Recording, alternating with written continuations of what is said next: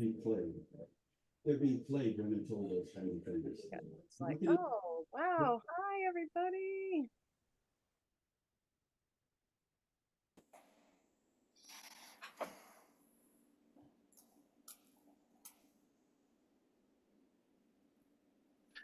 Rachel, hang on.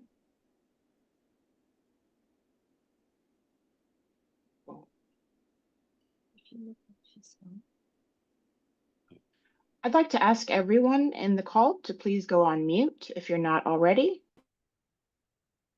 Okay. But I would like to say hello to everybody. Just a great big group. Hello. Okay, there's other folks still coming in, so we're in good shape. Okay, everybody.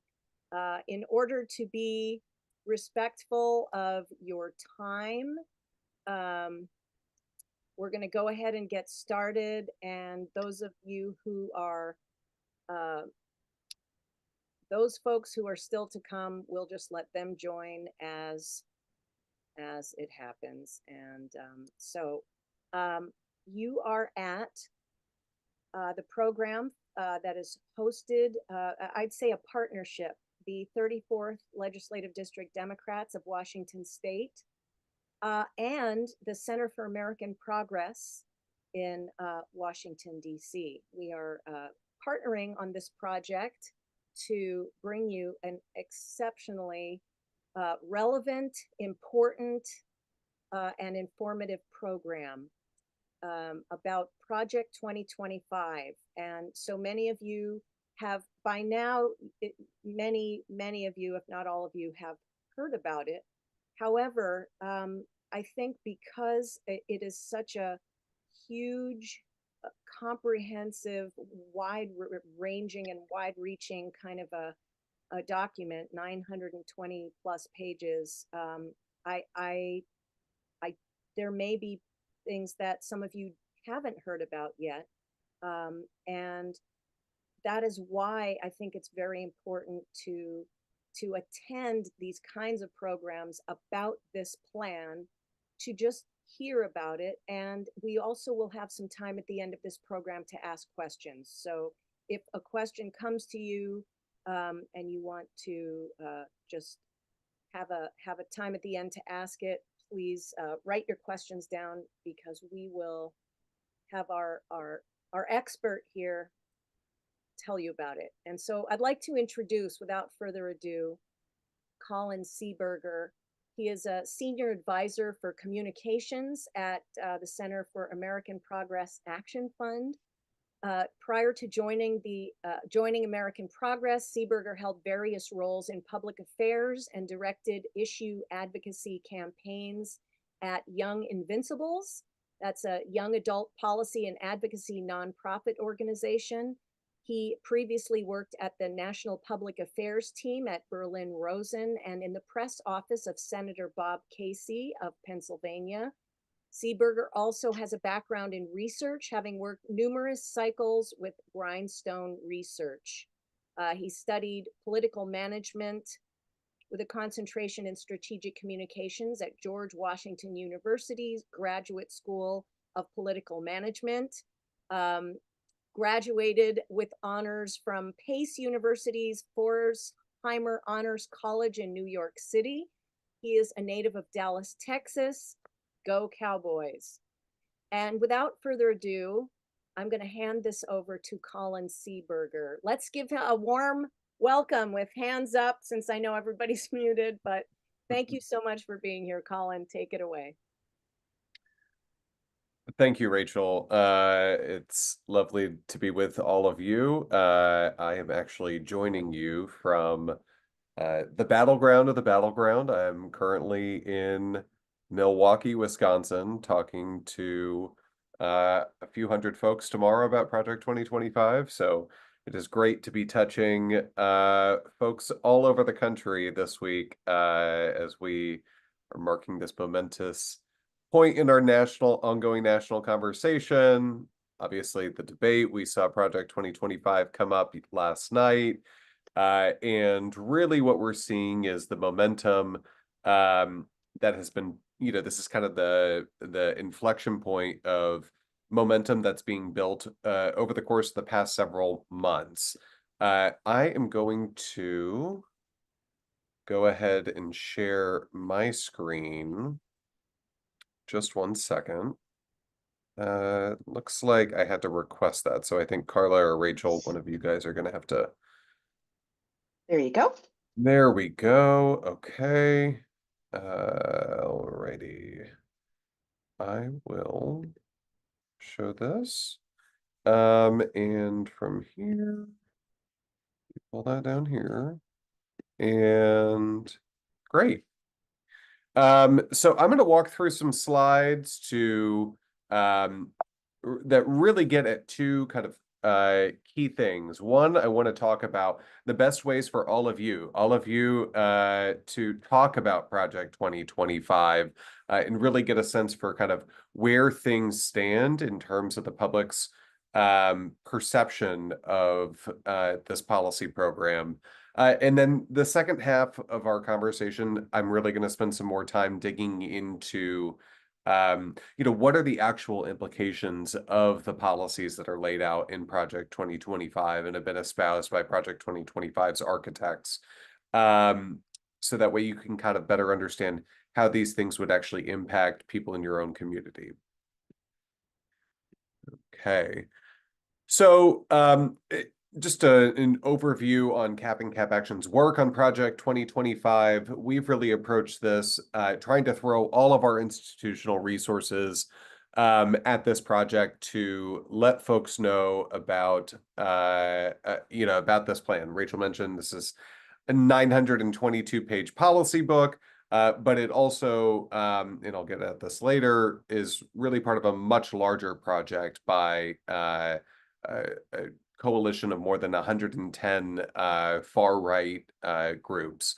So our focus has really been kind of researching, investigating, not just what the policies actually mean and putting, some meat on the bones in terms of the data, to kind of crystallize for folks what this thing means, but also is investigating, how do we actually talk about Project 2025 so that way we persuade as many Americans as possible to oppose it and talk about it themselves in ways that are most effective, and also build on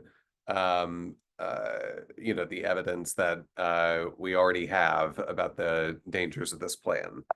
So you'll see on the right side here, I'm kind of walking through some various different policy implications focused on impact in Washington State. We've got 50 state fact sheets that we've produced, looking at some various impacts of different policies, putting some of those hard numbers on the impacts state by state. So Alex Kogan from our team is also on this chat. We'll happily drop in. I think, actually, I believe they've already been dropped in the chat, but you can reference that Project 2025 state fact sheet to get some more hard numbers and data to back up what we're talking about.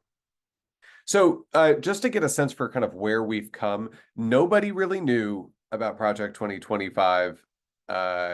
This is back in May. We went into the field in May, and just about 12% of voters had even really heard of Project 2025.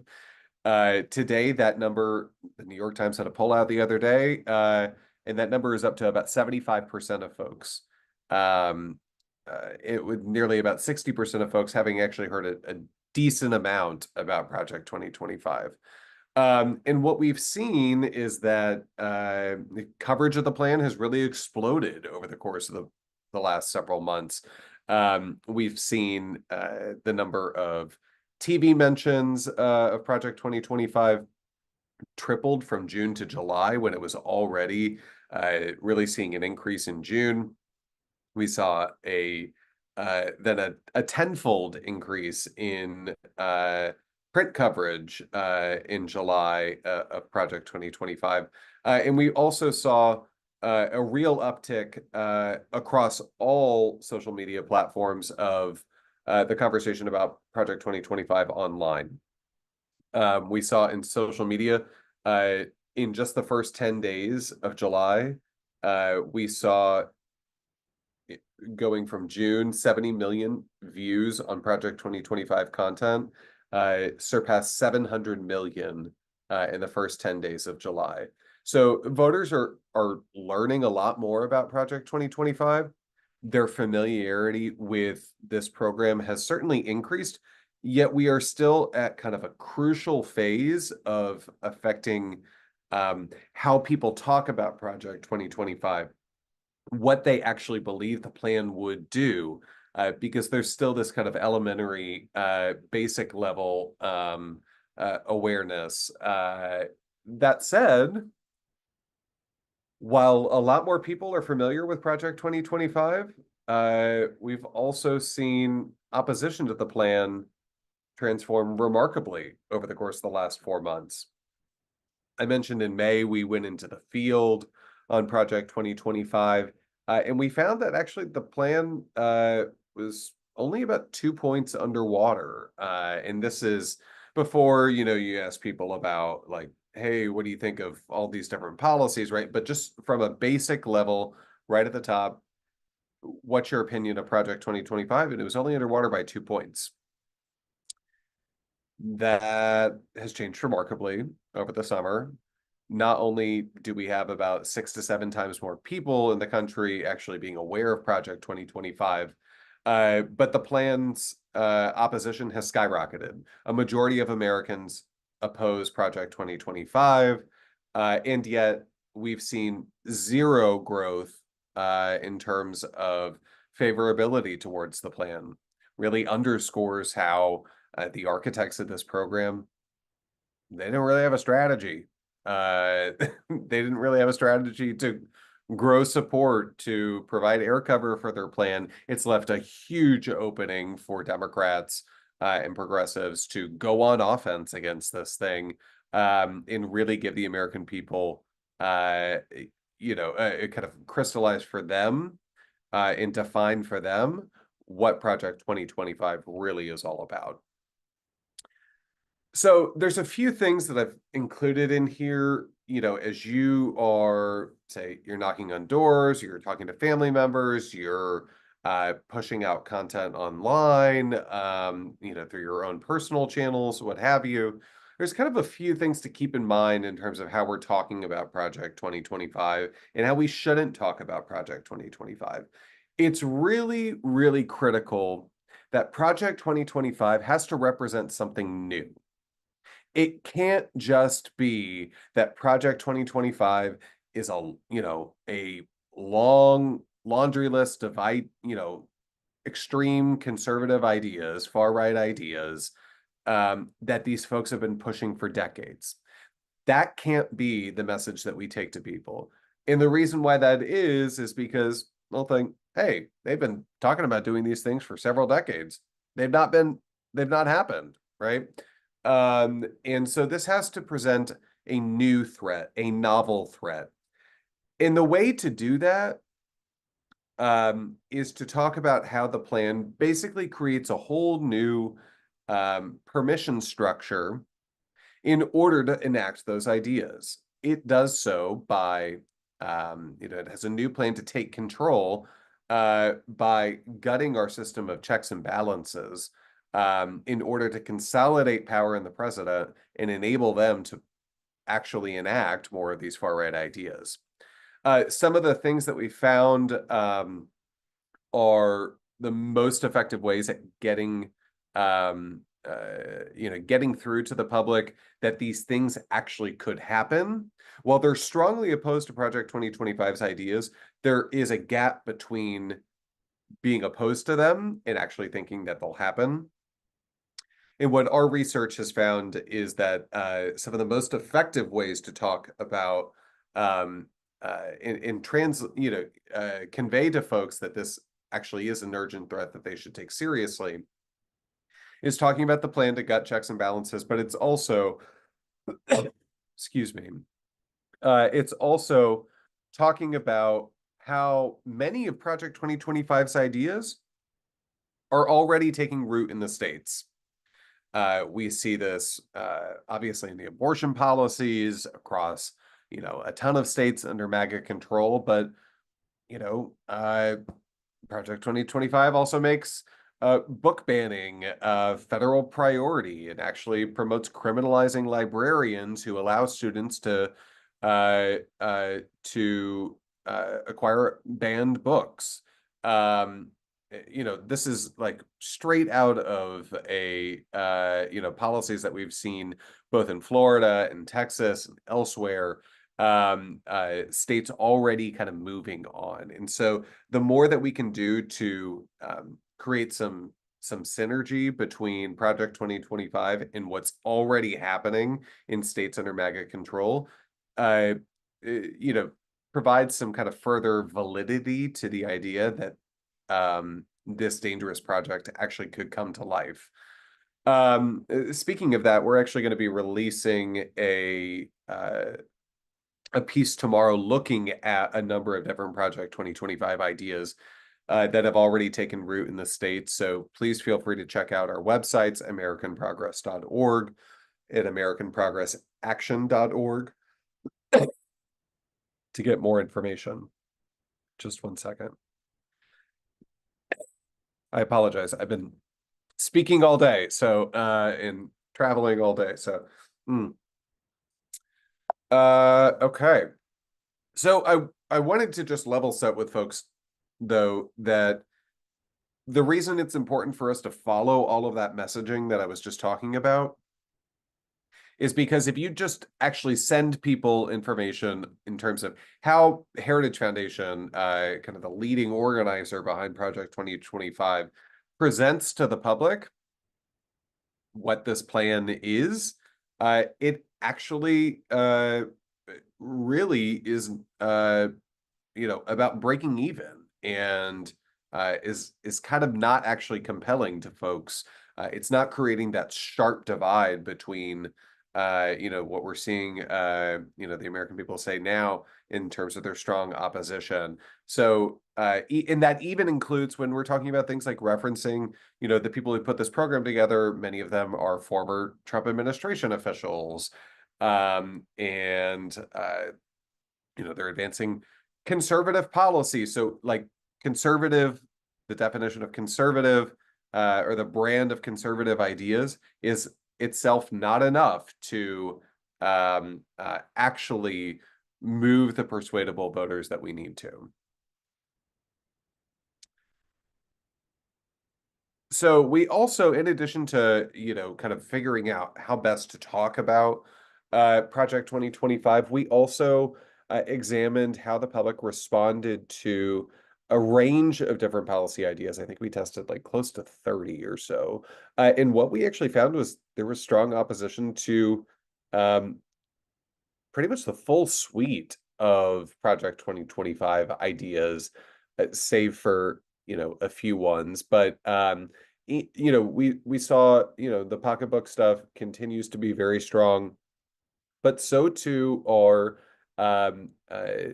these things that get at government control of or consolidating control over either people's personal freedoms, but also in the government themselves. So, we saw strong opposition to abortion stuff, but also, some of the various policies outlined in Project 2025 to consolidate power in the president by replacing up to 45,000 civil servants with political appointees, or, ending the independence of the FBI and DOJ.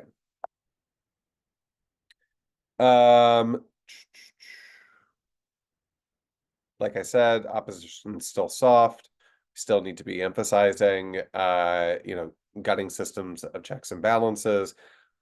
We also, in addition to referencing like the policies that we're seeing already take root in states, we also should be reinforcing for folks that kind of some of the institutional checks that they might think either Congress or the courts might be a backstop to some of these ideas can't be reliable, trusted partners either because of the influence of MAGA Republicans in Congress or the fact that, we have a extreme far right Supreme Court right now that, just 6 weeks ago told Donald Trump and an administration that they can do whatever they want pretty much, so long as it is an official act, whether it is criminal or not. So this court is really making clear that there's no precedent they won't review. There's no limit to the president's power that they're willing to actually put a check on. And so that really just kind of underscores further the urgency of this authoritarian playbook and the threat that it represents to our country. Again, mentioning here the Republican-controlled states have already enacted much of this agenda. Among the ideas for arguments for why this agenda will actually pass, that is the top testing one. We also did a max diff test where we forced people to choose between what are the specific harms that most resonated with them, and they were most concerned by. And many folks may be familiar with some of the more Christian nationalist elements of Project 2025. Those ideas have gotten a lot of coverage over the course of the past 3 or so months, but those are actually that theme is actually less compelling to voters than this notion of having a dictator-like strongman authoritarian who basically wants to neuter kind of the very core of who we are as Americans in a representative democracy, to, rather than serve the public's interest, to serve their own. That is the most worrisome kind of message. You see it represented in these top 3 messages that we tested, but the fact that all 3 of those were at the very top really reinforced for us that the authoritarian threat and the seeking to basically dismantle our system of checks and balances really was kind of the most key and compelling message that we could identify. Also did a max diff test on policies with our friends over at the Research Collaborative, and they also found that removing checks and balances to increase the power of the president was the most concerning, followed by increasing state surveillance of people's pregnancies and potentially prosecuting them if they miscarry or have an abortion. Again, this really just kind of summarizes things that we've talked about. We're in a persuasion window. It's really important, again, that we do not describe Project 2025 just as a laundry list of conservative policy proposals, many of which they've been pushing for decades. This has to represent a novel threat. Again, the proof points really need to be, while Project 2025 would pull the rug out from under the middle class, strip people's rights and freedoms away, it would do so by gutting our system of checks and balances and pushing these ideas through like they have in states under MAGA control all over the country. Okay.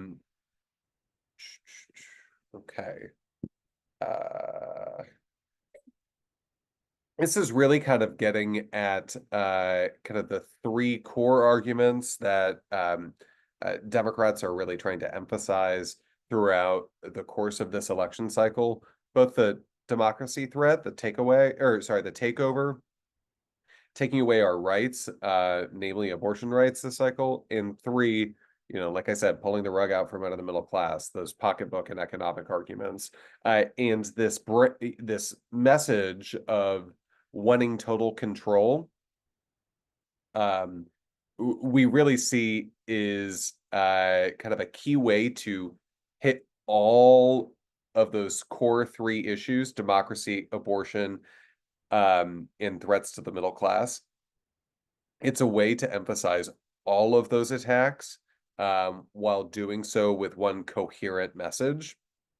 And so while Trump and MAGA want a total control over the country and our lives, Democrats want to give people more freedom to make decisions, and trust the American people to make their own decisions and have a better shot at the middle class. This is something that we tested a lot at the Center for American Progress, and it's actually, I think a lot of people might have this mistaken notion that like people think that Democrats are like, nanny state people and want to control everything that people do, right? And voters are not there. That completely does not resonate with them. They don't think that Democrats are preoccupied with this. They actually think that Republicans are. So that is also an additional reason why we really consolidated around this message. And we're also seeing it get picked up by the Harris campaign. So just one second. I'm going to go play this ad for you. And you can see them adopting the same messaging around Project 2025 in their own stuff. Donald Trump's back, and he's out for control. I would have every right to go after them. Complete control.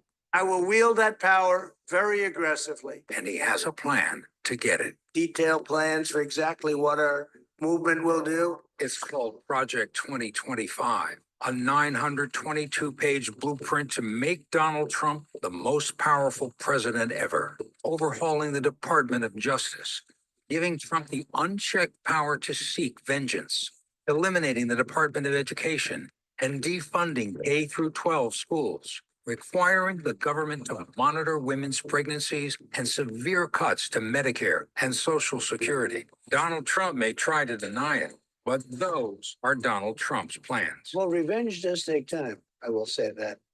And sometimes revenge can be justified. He'll take control. We'll pay the price. I'm Kamala Harris, and I approve this message. So that was fun and scary, and it's really resonating. We've seen.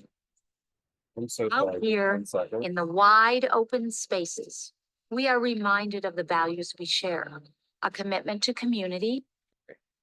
Apologies for that. And we are actually seeing that some of the outside groups do kind of like weekly testing of all the different TV ads, and we've actually seen that this is among the more negative ads. So generally, actually, the most effective thing that Democrats can be doing right now is pushing out positive content about Kamala Harris or effective contrast content. So comparing her plans versus Trump's plans. But there is a place for some more kind of accountability messaging, and this is actually the most effective what they call a negative spot of any campaign that of any ads that Democrats are running right now. So I think it's also just further validation of all the research that we've done, which is really exciting. This is, again, a very short 68-word way to talk about Project 2025 and what Republicans are trying to do right now, capturing all of those different attacks all in one succinct answer. We will share this presentation with you so you can really sink your teeth into this, but I think that it captures a lot of what we're trying to convey. This is a little bit longer version. Again, you can kind of do the same thing, same kind of lessons to keep in mind, certainly still apply. So now to talk a little bit more about Project 2025 from kind of a policy perspective, I do want to first kind of level set on what Project 2025 all entails, as well as really digging into what that plan to gut our system of checks and balances actually looks like, because it is so core to the overarching message that we're trying to hammer home. And then I'll talk through a number of different policy interventions that Project 2025 proposes that would harm the middle class, strip Americans of their rights and freedoms, and then happy to take any questions. So Project 2025, you of course have heard about the 920-page policy blueprint, but it is actually much more. This initiative is housed at the Heritage Foundation, but it's an effort by more than 110 far-right groups who have raised more than $22 million to execute this project. They, in addition to the policy program, they also are vetting, creating a personnel database, vetting people for their loyalty to the MAGA agenda, because they want to replace up to 50,000, or they want to have up to 50,000 political loyalists who will put Donald Trump and the MAGA agenda ahead of the public interest into key government roles. In addition to the personnel database, they also are training these folks that they identify so that they can hit the ground running. They call them actually, I think I remember it was Kevin Roberts, who's the head of the Heritage Foundation. I believe it was him who described them as being kind of weaponized conservatives, so that they can cut through the internal bureaucracy and move on their extreme ideas as quickly as possible. In addition to the training, the policy database, the policy blueprint book, they also have a secret unpublished plan for the first 180 days of a far-right, in this case, Trump administration. And if things are as bad in the 920-page blueprint as I read them to be, as many others are reading them to be, it really begs the question, what are they afraid of? And what do they think is so toxic that they need to hide from the public? What's in this first 180-day playbook?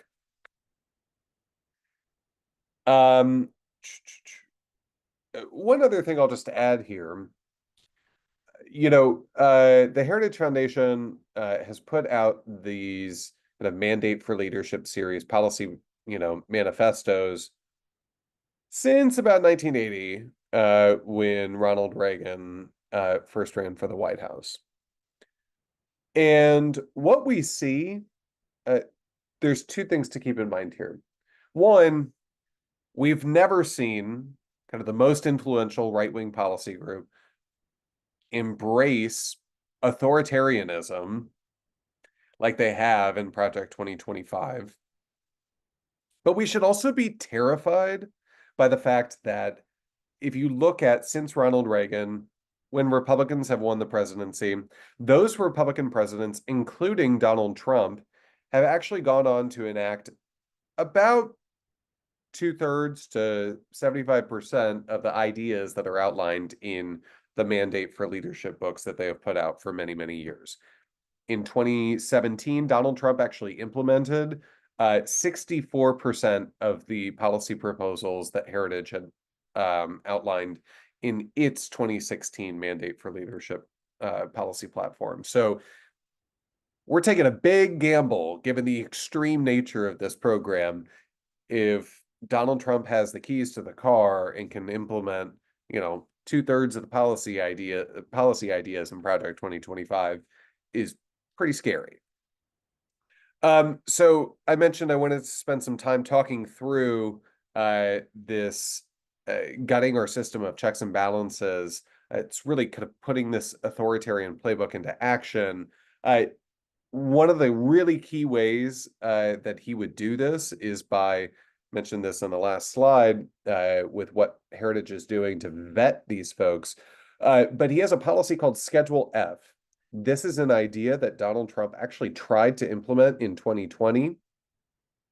Johnny McEntee, who was at the time like the head of personnel in the White House and is actually a senior advisor to Project 2025, was tasked with implementing this policy in 2020, but was actually prevented from doing so, specifically because of the pandemic. It really disrupted their plans, but they were working to try to neuter the civil servants in the federal government from being able to serve the public interest and have them replaced with MAGA loyalists. Schedule F, essentially what it does is it would reclassify up to 45,000 civil servants. Right now, there are about 4,000 political appointees in the federal government. And what Schedule F would do would basically permit that number to increase up to 50,000 political appointees in the federal government. It's basically reinventing the federal government to work, at the sole interest of the president as opposed to at the interest of the American people.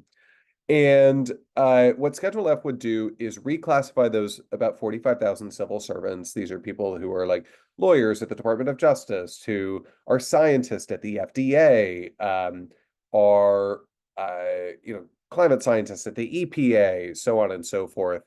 Reclassify them as reclassify them as Schedule F, and in so doing, stripping them of their civil service protections, thereby enabling them to be fired. They would be reclassified as political appointees, thereby stripping them of their ability to be protected from being fired, and then giving the president the sole power to basically appoint whoever he wants. And based on the work that Heritage has done, we can anticipate those folks would be, hardcore loyalists to the MAGA agenda. We also see in Project 2025 in several different areas that they're calling for, and this is something that Donald Trump has voiced support for as well, terminating long-standing independence of key federal agencies. So, we saw Trump tweet out Truth Socialed over the weekend that he wants to throw a bunch of his political opponents in prison, and has repeatedly talked about using the Department of Justice as a tool to seek vengeance against those who oppose him. And they would do this, and the Supreme Court has said this is like totally fine, and the president has the total control of the DOJ. This really underscores the fact that a lot of American government functions and operates on a system of norms, not on a system of laws or statutes that are binding them to kind of staying true to who we are as a country, as a democratic republic, right? And really is about having adults in the room who are committed to doing their jobs in service of the public, not in service of one person. But from the Department of Justice to the FTC, which of course plays a really critical role in protecting consumers, to the Federal Reserve, Project 2025 and Trump have voiced support for basically bringing those things under direct control of the president, one person. It's pretty scary. The plan also calls for just wholesale abolishing various government agencies, from the Department of Education all the way to Head Start, right? The plan's architects, including former OMB director Russ Vought and Donald Trump, have also both talked about illegally using impoundment power to bypass Congress. So Donald Trump doesn't like that your state is bans offshore oil drilling, or is a sanctuary state, or permits people to obtain an abortion, what have you. He is he wants to exercise is trying to suggest that it's legitimate, that he should be able to basically bypass Congress, the laws that Congress pass, appropriating monies for particular programs or places, and be able to have the sole power to not allot those dollars. It is pretty radical, but also at the same time, we've seen this far right Supreme Court basically give a license to Trump to do much of anything he wants. And it's, I think it's all the more concerning that like they could potentially do that again here. One other thing that I'll add here is the plan also talks about giving the powers of the FCC essentially over to the president. And you had Trump on TV today calling for ABC News's license to be revoked because of David Muir and Lindsey Scott's moderating last night in the debate. And this is a kind of another tool, another layer of trying to neuter any sort of accountability and checks and balances. The press plays a really important role in making sure that people who have power are held to account for it. Project 2025, in collaboration with the president, really could give new tools to be able to make it, harder for independent news organizations to report things that an administration or the president opposes, right? And really could put them in the crosshairs. So I want to talk through some various different impacts now of policies from Project 2025 in terms of how they'd actually impact people's pocketbooks in Washington. So Project 2025 on taxes has kind of two key plans as it relates to taxes that individuals would pay. First, the proposal calls for shifting the individual income tax brackets in this country to a two-rate tax system. One that is at a 15% rate, another that is at 30%. The bottom 40% of income earners in this country pay at 10 or 12% income taxes. Folks at the top pay up to, I think it's 39.6. I forget off the top of my head. I should know this. But essentially they would get their taxes cut down to 30%. So you're seeing reflected in Project 2025 much of what we saw in the Tax Cuts and Jobs Act that Trump pushed through in his first term, and it's transferring this this tax burden away from the wealthy and onto the backs of working and middle class Americans. Typical family in Washington State, because of this proposal, would actually pay about $2,544 more every year, and at the same time, we'd see the 45,000 wealthiest households in this country get an average tax cut of at least $1.5 million. So I think that kind of perfectly reflects that transfer of responsibility that I was just describing. As it relates to Social Security, we've seen several different Project 2025 authors have supported and endorsed plans to raise the full retirement age for Social Security. These policies are reflected in the Republican Study Committee, which accounts for about 80% of House Republicans, have outlined in their budget plans to increase the retirement age from 67 to 69. In so doing, we found that would actually impact about 3 in 4 Americans in this country, and up to 245 million Americans cutting their benefits. It'd be about 5.8 million people in Washington. And in terms of the scale of the benefit cut, over the course of a 10-year period, depending on when an individual elects to start drawing down their Social Security, folks would lose in a 10-year period between $46,000 and $100,000 of Social Security benefits. It's pretty wild, pretty radical.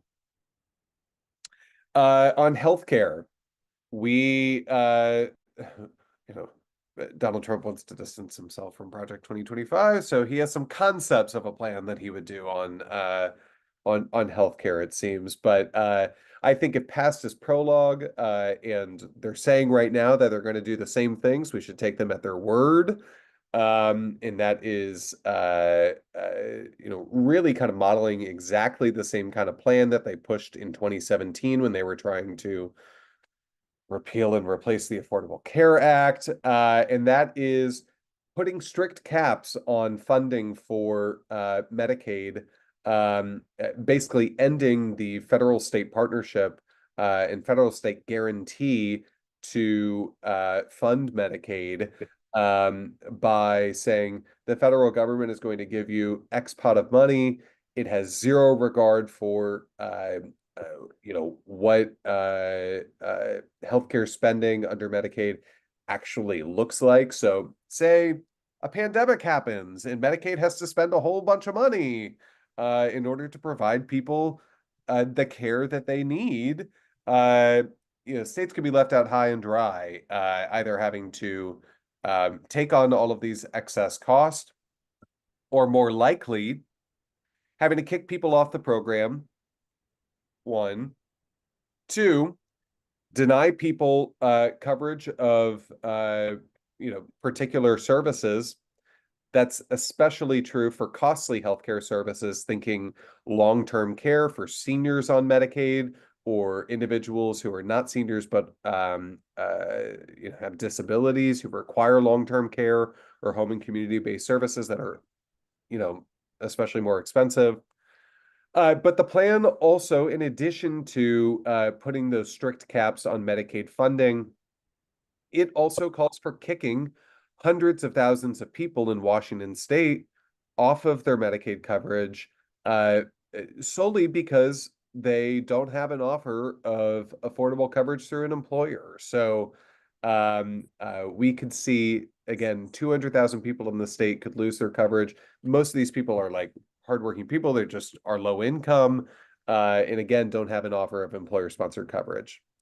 The plan would also overturn and repeal the various prescription drug reforms that we've seen pass over the course of the last few years. So banning Medicare from being able to negotiate lower drug prices, getting rid of the $2,000 out-of-pocket cap that is going into effect next year to bring down out-of-pocket drug cost for seniors on Medicare, get rid of the $35 insulin cap for people on Medicare.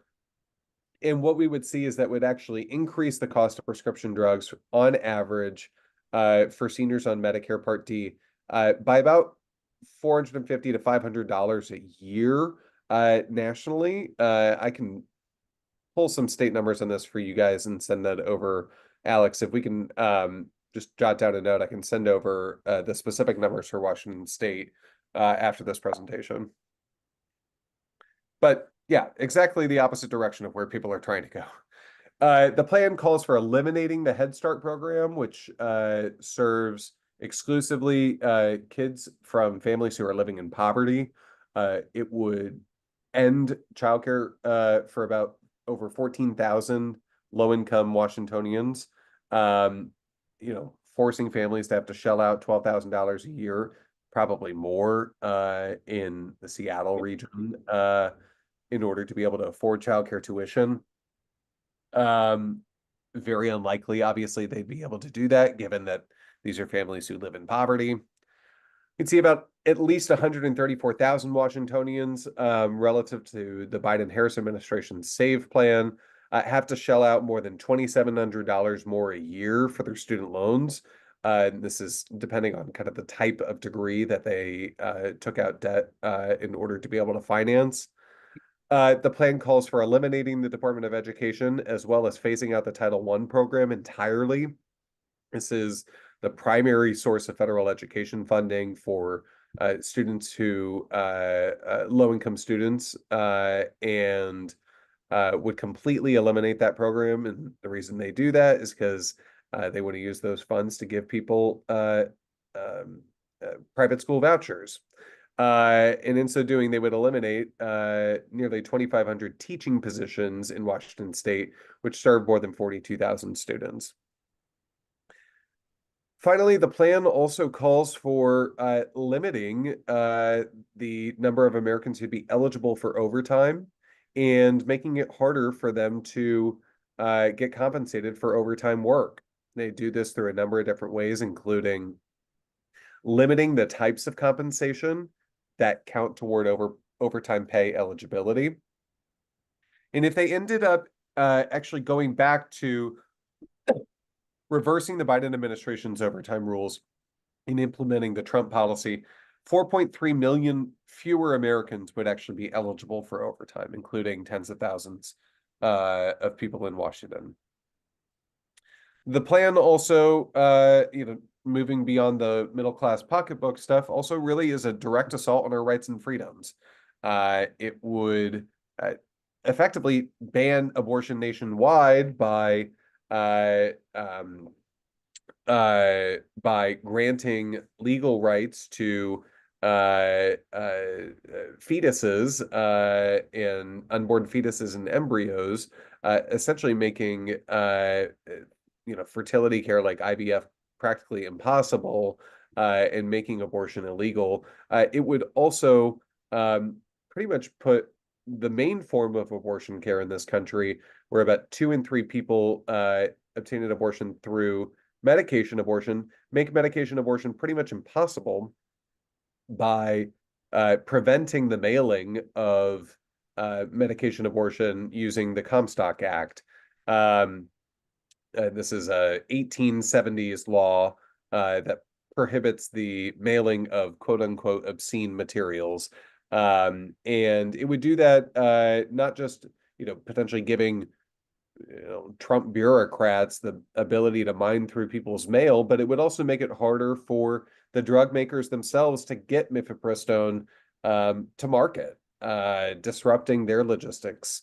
The plan also would eliminate the guarantee of no-cost emergency contraception coverage for 1.18 million women in Washington State. This is a rule that was in place because of the Affordable Care Act. Mentioned this earlier, but really prioritizes the censoring of academic learning and makes book banning a federal priority, including criminalizing librarians who allow students to read banned books.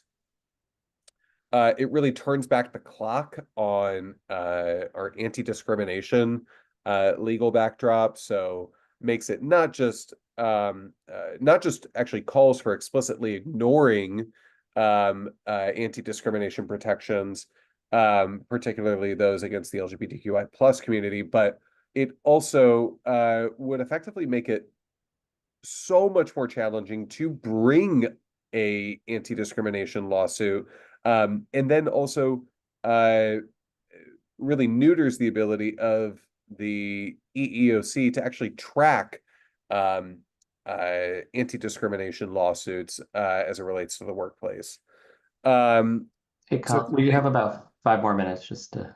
Perfect. Yep, this is my last slide. So, and then finally, really seeks to, kind of fundamentally dismantle our labor protections in this country. Everything from, banning public employee unions outright to allowing states to ban private sector unions, make the NLRB's job of recognizing unions when workers vote for them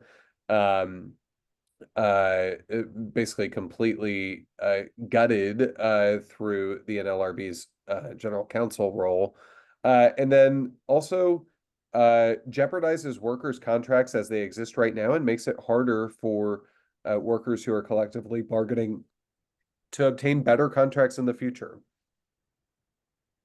That's what I got. So I realize I threw so much at you. I'm very happy to take some questions.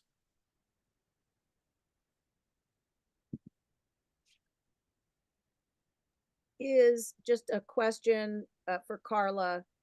It is if people want to ask questions, do they need to send them to me? Is that how this is? No, just have people raise their hands. That's the Okay. easiest way. Yep. Okay, I just can't see all the cameras, so I can't see. I'll just roll up and down. Does anyone have any specific questions based on your own personal sort of your interests, or based on your identities of any kind, or you know, we've got workers here, we've got in our midst workers, women, folks, LGBTQIA folks, any specific questions that you, since we've got Colin here. Okay, it looks like Bunny has one. Bunny, do you want to unmute your mic and just go ahead and ask? Sure. I'm Northern Cheyenne. And one of the interesting bits of information that has been floated around for the last 6 to 8 months is about our citizenship. My citizenship is not constitutional / birthright, nor is it naturalized. My citizenship is statutory. The American Indian Citizenship Act of 1924. There is, and of course, Biden won Arizona by 11,000 votes and got more than 77,000 votes from Indian people in the Four Corners area. So there is some scuttlebutt that if Republicans can take control, that piece of legislation is up for possibly revocation, which would then I would have to choose between my citizenship in a sovereign nation, the Northern Cheyenne, or the United States of America. Is there anything in there about Native American citizenship? I've read snippets of it, but I have not plowed through the whole 922 pages. I do not believe so, but I would want to take a deeper dive at that. I have not actually sunk my teeth into that specific question before. Okay. Or any attempt to revoke the citizenship of any other groups. I mean, it's not like they could deport us, but they could strip us of our citizenship rights, such as the right to vote. Yes, and they've also called for ending birthright citizenship. So you know, this would certainly be a logical extension of you know, some ideas that they've already you know, been floating out there. Okay. I have a question, Colin. Sure. And it's kind of a general question, because again, what I would love is it's kind of a two-parter. Is there a way to go online and see a copy of the document, or have they already taken that down, they being the Republicans? They have. That said, the document is available online. That said, you know, because of that slide early on in the presentation that I said, you know, when they talk about their own program, right, it's actually it tests fairly neutral in terms of favorability. I don't want to give them free promotion, right? I don't want to, you know, be sending people to this document all the time, boosting their SEO performance in Google search. The primary way that people are actually learning about this thing is by doing their own Google searching, and you know, directing people to their resources so that they're getting, you know, the right wing's frame on all these ideas that they're talking about is is not actually is perverse for our interests. So my second part would be, because again, there has been so much, just a giant info dump this evening. And so I'm wondering if there is a way for folks like Bunny, for instance, who has a very specific question, and some of you others here tonight may have a very specific question. You've got one already with the hand raised right now, Rachel. You may want to go ahead and let Danny go. And I'm just, folks, I know that we need to wrap up soon because we've got to get on to the next part of the program. But folks who have questions are welcome to email Alex Kogan, who's on this call. I will drop, if someone can drop her email address in the chat, that would be great. And do feel free to reach out to her, and I or one of my colleagues will be happy to answer any of your questions. Yeah, and I think we got 2 questions, then we'll close out with that, and Colin, let you rest your voice. okay. So Danny, it looks like you're at the top of the queue, so go ahead. I've heard, yeah, you said that Heritage Foundation produces this project plan like every 4 years back to 1980, and I've heard that a substantial amount of it is actually implemented by Republican administrations. So is that part of like the the message that we're trying to distribute? Is like, this is not a new thing. This is something that happens every 4 years, and as a matter of fact, most of it gets implemented when they win. No, it's very careful there. I'm not sure if you caught the beginning of the presentation, but we have to present that Project 2025 is a unique and novel threat.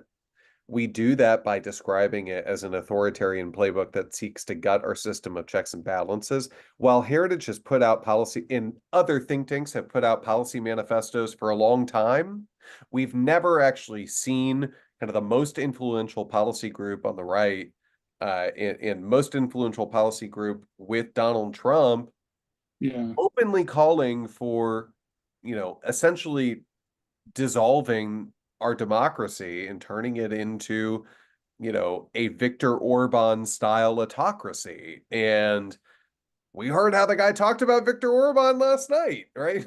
We should take him at his word that these are the types of strongman, governments that he is trying to implement and emulate.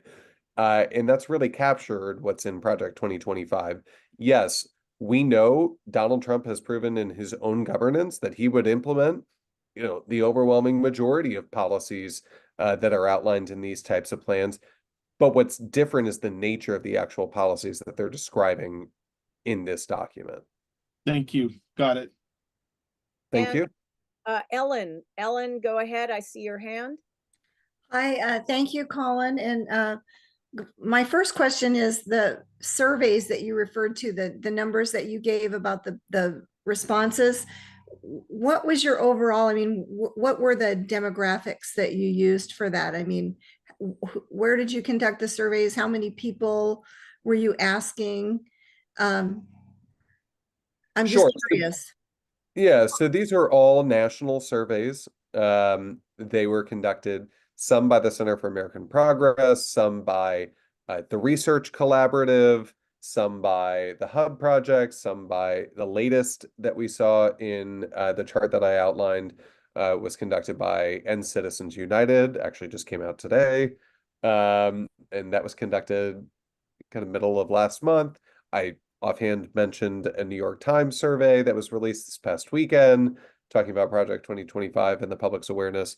These are all national surveys. They're all surveying American voters. All have kind of a representative sample of the country writ large. And in terms of the sample sizes on these, all of these are in excess of 1,000 voters. Okay. And then my next question is, Trump has disassociated himself with Project 2025, and now he has Agenda 47. And have you done a comparison as what overlaps from Agenda 47 to Project 2025? So we're actually in the process of doing that right now, but Project 2025, we should have no problem pressing is Donald Trump's agenda. This is an agenda that was crafted by 80% of the people who worked on this project worked for Donald Trump. They weren't just senior staffers of his. Many of the authors of Project 2025 were his cabinet secretaries that he appointed. These are the people that he put into positions of power and who he trusted to implement his policies as president. These are the closest people to Donald Trump. And there's a reason why he told an audience when he was speaking before the Heritage Foundation, as they were working to get this project off the ground, that these folks are going to craft exactly what our movement is going to do when we win back power. It's on video. Happy to share that as well. Yeah. And thank you to the 34th LD. I'm from the 24th LD and Karen Richter invited me. So thank you for putting this on, because we just simply can't have enough of this information to share with folks. I appreciate all your hard work. Thank you. So I think we are, that would conclude our, sorry, our program for this evening. Colin, thank you so much for taking your evening out after a full day of work to be with us. And Alex, thank you so much for being my contact person all the way through this planning and organizing process. Again, please look at the chat. Carla has put Alex's contact information there. Please feel free to copy and paste. Just grab that, or you can email me later after tonight's meeting and program. Just if you have any questions, please feel free to follow up, because the Center for American Progress is a wealth of information and really good, reliable resources and facts that can help you to really understand what is at stake for us and why we need to get out the vote and vote for Kamala Harris to make sure that Trump does not get elected as president. That's just more clear tonight than ever. So again, thank you, Colin and Alex. And if you all want to stay for our business meeting, you're more than welcome. And if not, have a great evening. And thank you again for coming to participate in this meeting with us. Thank you, Rachel. Thank you, Colin. All right, everyone, welcome to our September membership meeting. I'm Graham Murphy, chair of the 34th.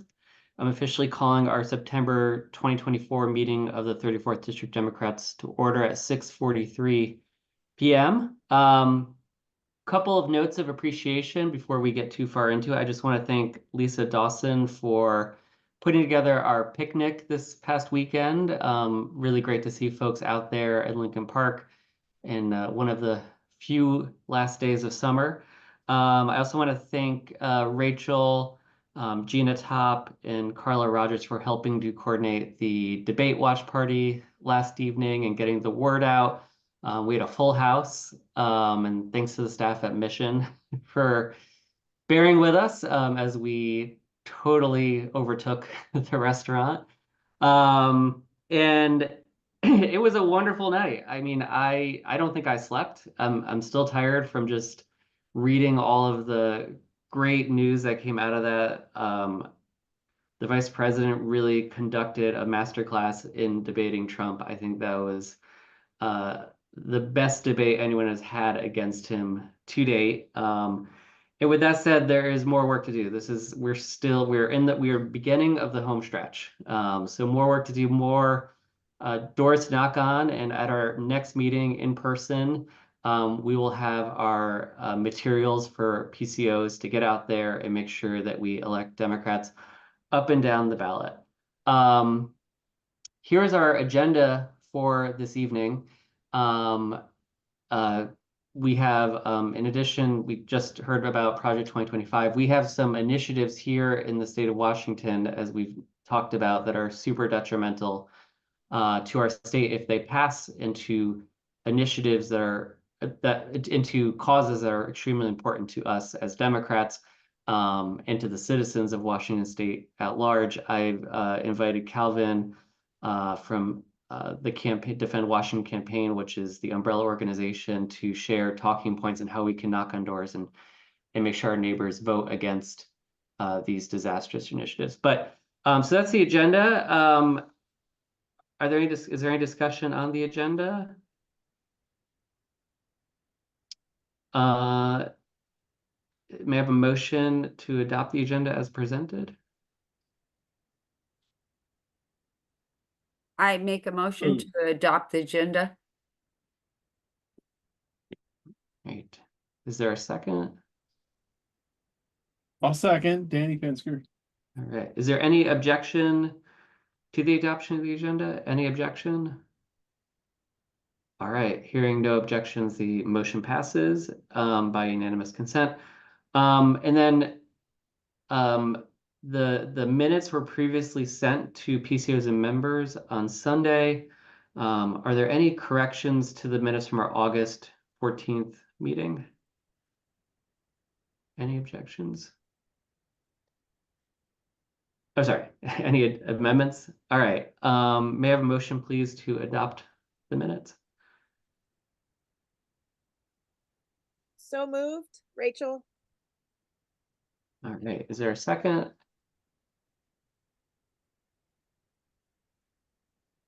Danny Pinsker will second. All right. Thanks, Danny. All right. Any objections to the adoption of the minutes from the meeting? All right. Hearing no objections, the motion passes by unanimous consent. I'm going to now ask Julie to unmute and share our August financial report. Okay, hi, everyone. Our beginning balance was $25,054.55. Our income was $982.11. Our expenses were $4,497.15. The majority of those were campaign contributions. Our ending balance is $21,539.51. Does anyone have any questions?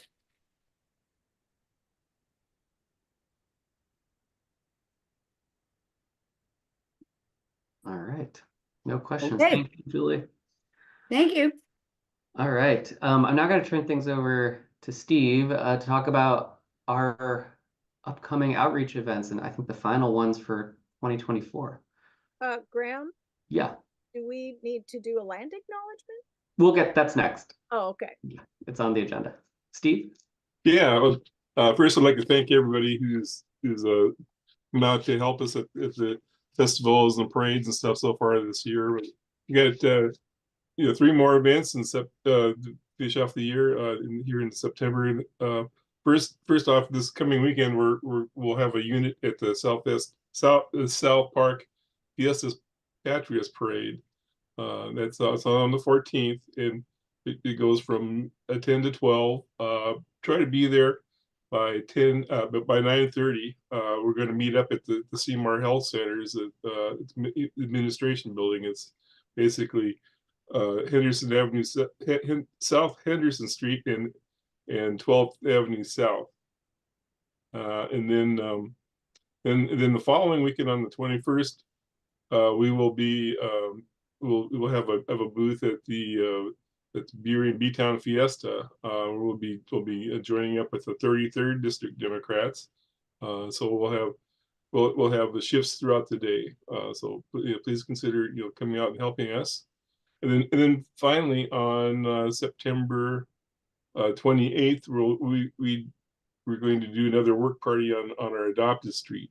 We've adopted 16th Avenue Southwest. We go from Roxbury to Elm Grove, and we pick up trash and stuff. takes about 2 hours or so. We meet up at the Triangle Tavern at the corner of 16th and Roxbury, right in front of it's a little park. It's called the Triangle Park in front of the tavern there.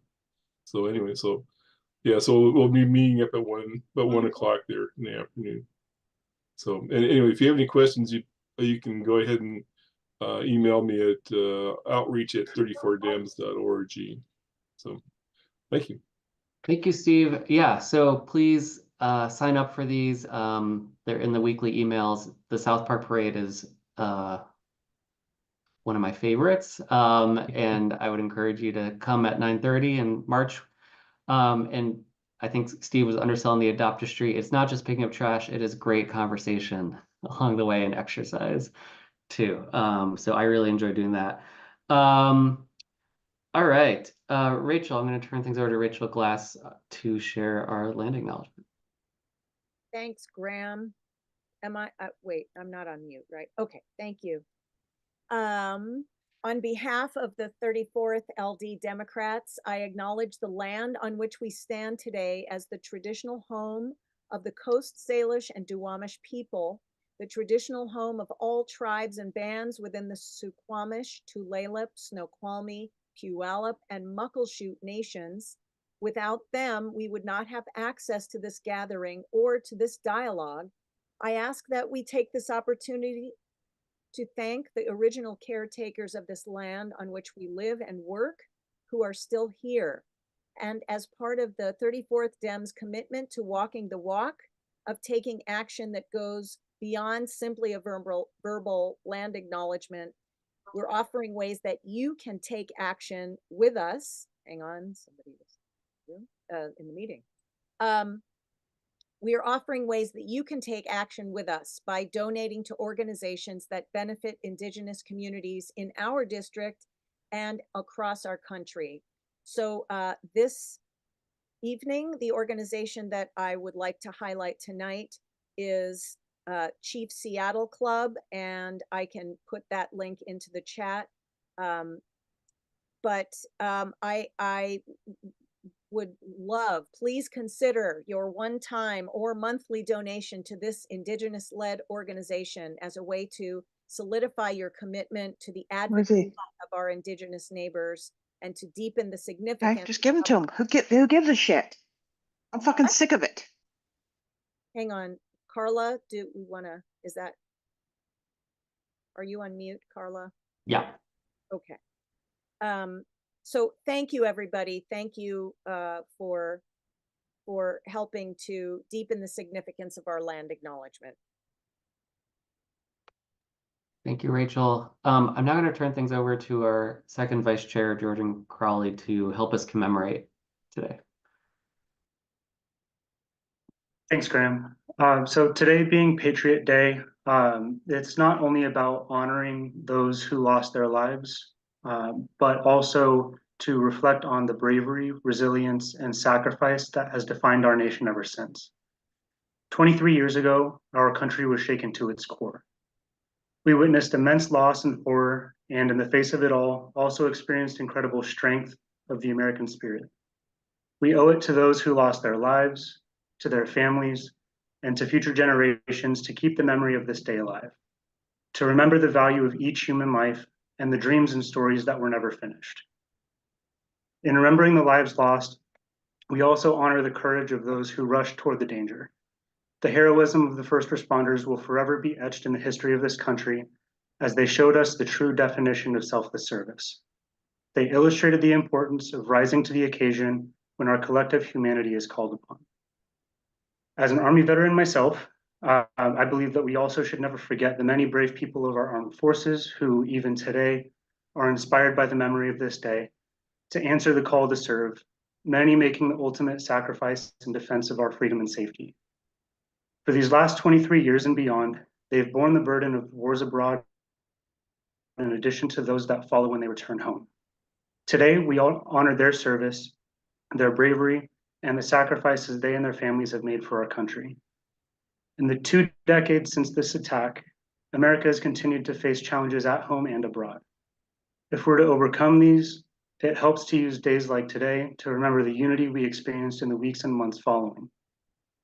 It's a lesson we should hold on to, not just today, but every day. In a nation of great diversity, of opinion, of background and beliefs, our greatest strength comes from our commitment to each other, to justice, and the ideals of freedom and democracy. Still, we must also recognize the long shadow that the attacks cast on our society.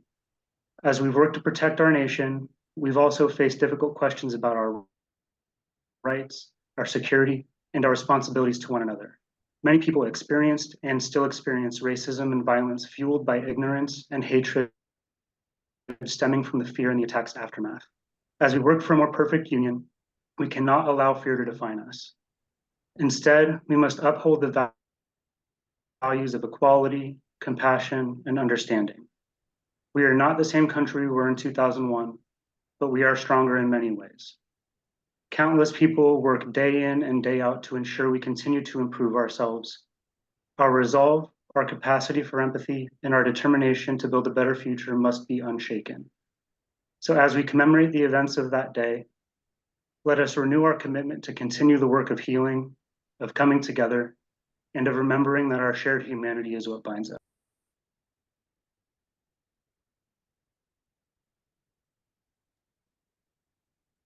Thank you, Jordan. All right, I'd now like to recognize VIPs that are here, elected officials, and I think we have Joe Fitzgibbon, our state representative, joining us. So Joe, if there's anything you'd like to share with the group.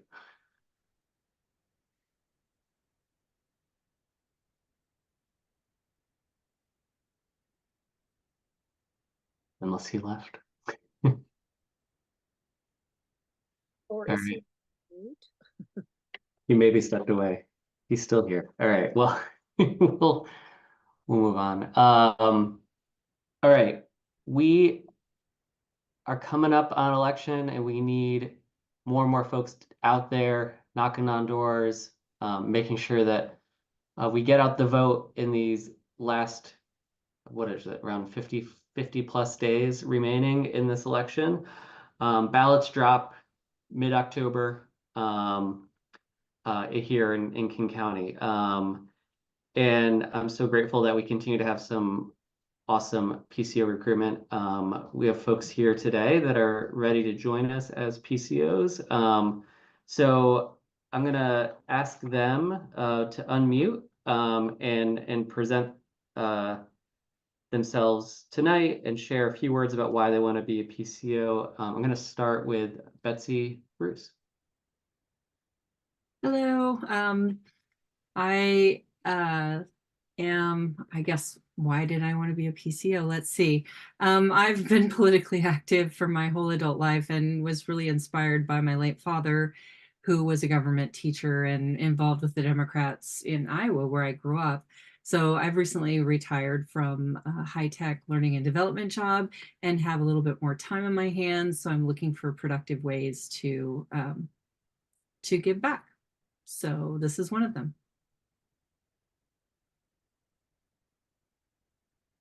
Sorry, I didn't realize I was muted. Thank you, Betsy. All right, I'm just checking to see. I think Bryce hasn't yet joined us. And Adam is not here yet either. So I'm gonna move to Michael Davey in Burien. Michael, if you want to unmute and share. Okay. Hi everybody. I hope everybody's doing well this evening. The reason I became a PCO is I'm a union carpenter. I've been politically engaged with our political action committee at local 206, and I felt like there's a vacancy in my area, and I said, you know, just doing my civic duty to educate and not agitate, but educate people and about our party. Thank you, Michael. And then lastly, I'm going to turn things over to Soph Davenberry also in Burien. Thank you, Graham. Yeah, I'm Soph Davenberry. I'm interested in being a PCO because my union and the Democrats for this district asked, and I want to get to know my neighborhood better. I did go around to my precinct in ahead of the August primary, and that was great to be able to do that. I'm happy to serve in this way. I'm a union sheet metal worker. And then I have a lot of other identifiers that were listed previously. I think probably my most notable political activity was I was one of the folks arrested at the anti-WTO protest back in 1999. So I was one of those 500 folks in jail for that. Happy to answer any questions, but just glad to be here. Thank you. Thank you. And it's great that labor is being represented in our PCO core. So thank you both. All right, so I'm gonna read the PCO oath. And at the end of that, you'll just have to unmute and say that yes, you agree, and yes, you're a Democrat. So here I go. So here's the PCO oath. I am willing to serve as an appointed Democratic Precinct Committee officer until December 1st, 2024. I recognize that it is my responsibility to know the boundaries of my precinct and be familiar with its residents and registered voters. I understand that my duties also include providing voters with material for endorsed candidates prior to each primary and general election, get out the vote activities, new voter registration. All right, before the motion to appoint, can you all answer, are you a Democrat? I am a Yes. Yes. All right, and do you agree with the oath? Absolutely. I agree with you. Yes. All right, may I have a motion from a PCO? Since Graham, yeah, aren't we missing a couple? they're not They're not online. here. They're not here currently. Okay, so we're only doing the 3? Yes, Okay, all Yeah. right, thanks. it's just Betsy, Michael, and Soph. All right. So may I have a motion from a PCO? Stephen So moved. Lampier. This is Gail Summers. So move to appoint these PCOs. Okay, is there a second? Second. Richard Bartlett. Richard Bartlett, second. All right, so only PCOs can vote. All those in favor of the motion say aye. Aye. Aye. Aye. Aye. All those opposed say no. All right. Looks like you all are our new PCO, so congratulations and look forward to seeing you in October to get out. Graham, Yeah. I just have a procedural question. If Adam and Bryce were not able to personally be here and accept the swearing in process, does that mean they have to wait till next month to get sworn? That is correct. Okay, thank you. All right. I am happy now to introduce Calvin Jones, who works with Fuse Washington and is the outreach director for Defend Washington. And as I shared earlier, Defend Washington is the umbrella organization working to oppose the disastrous initiatives that are going to be plaguing all of our ballots this November. These initiatives were sponsored by hedge fund manager Brian Haywood, and they're going to undo a decade of progress on education, childcare funding.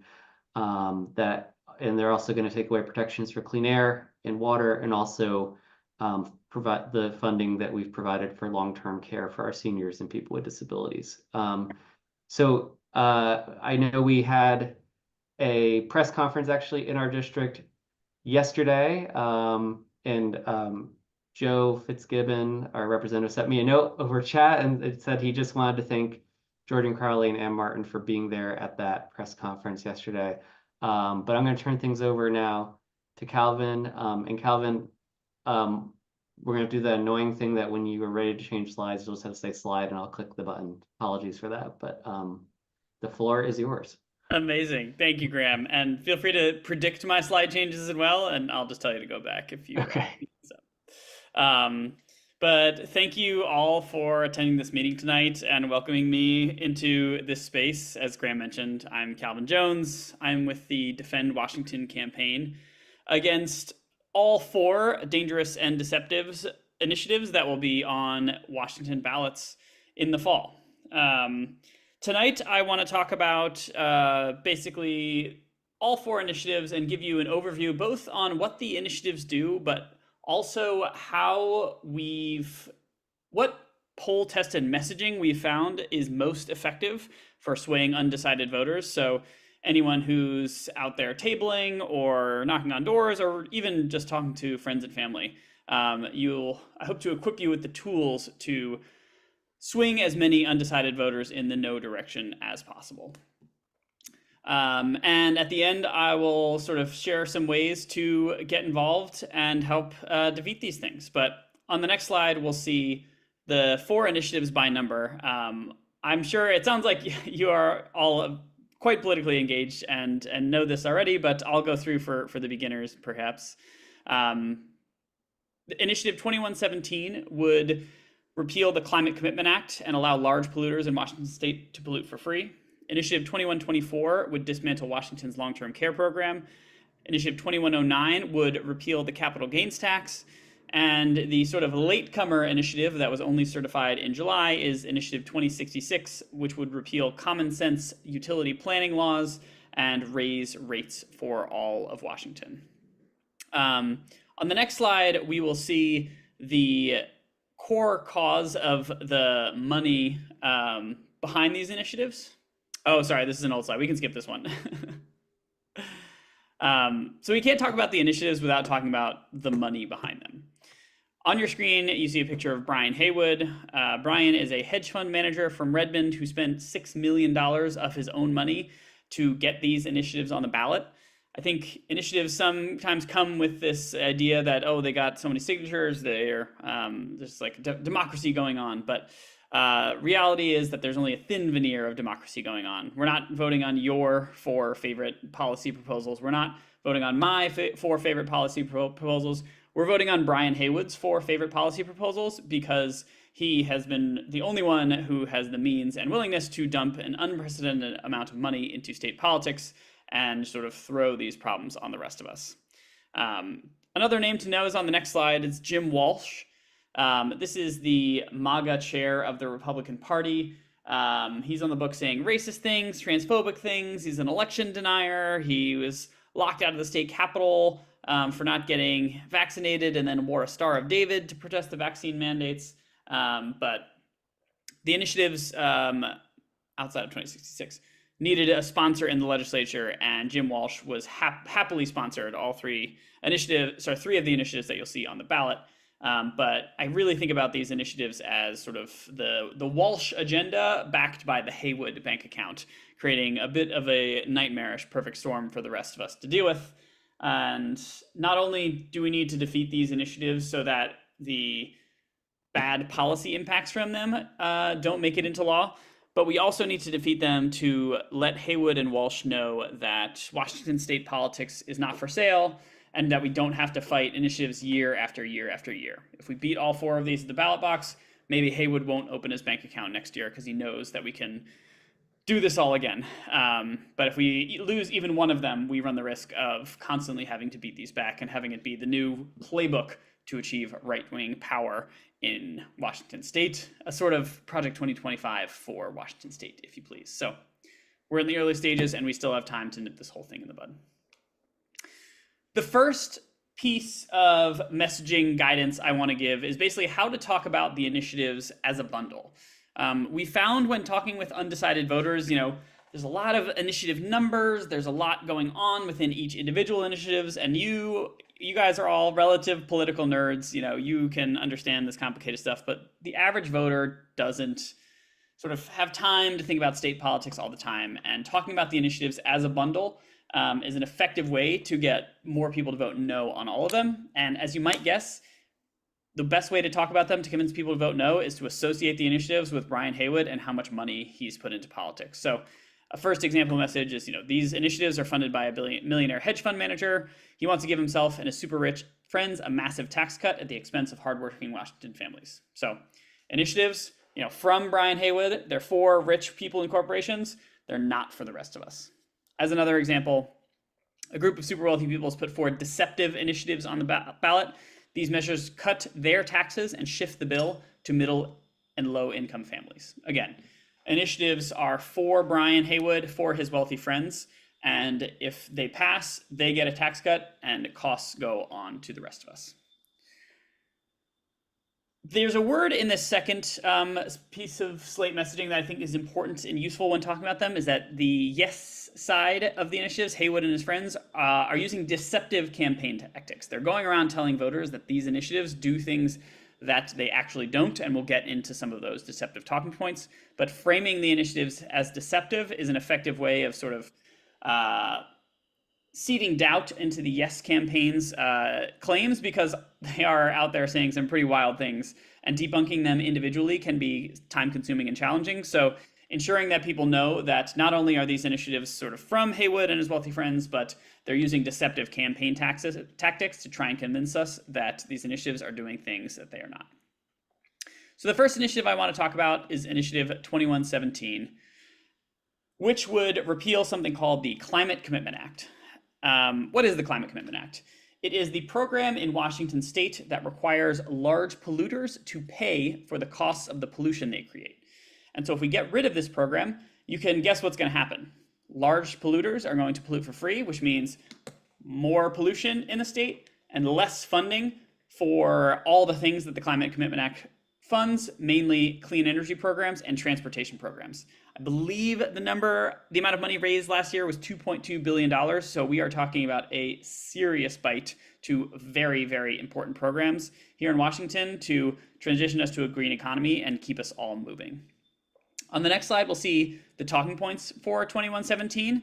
And for me, I just try and remember those two things. 2117 is more pollution and it's less funding. So one effective talking point for 2117 is to frame it as a threat to our air, land, and water, putting our health at risk and resulting in more adults and kids suffering with asthma and illness.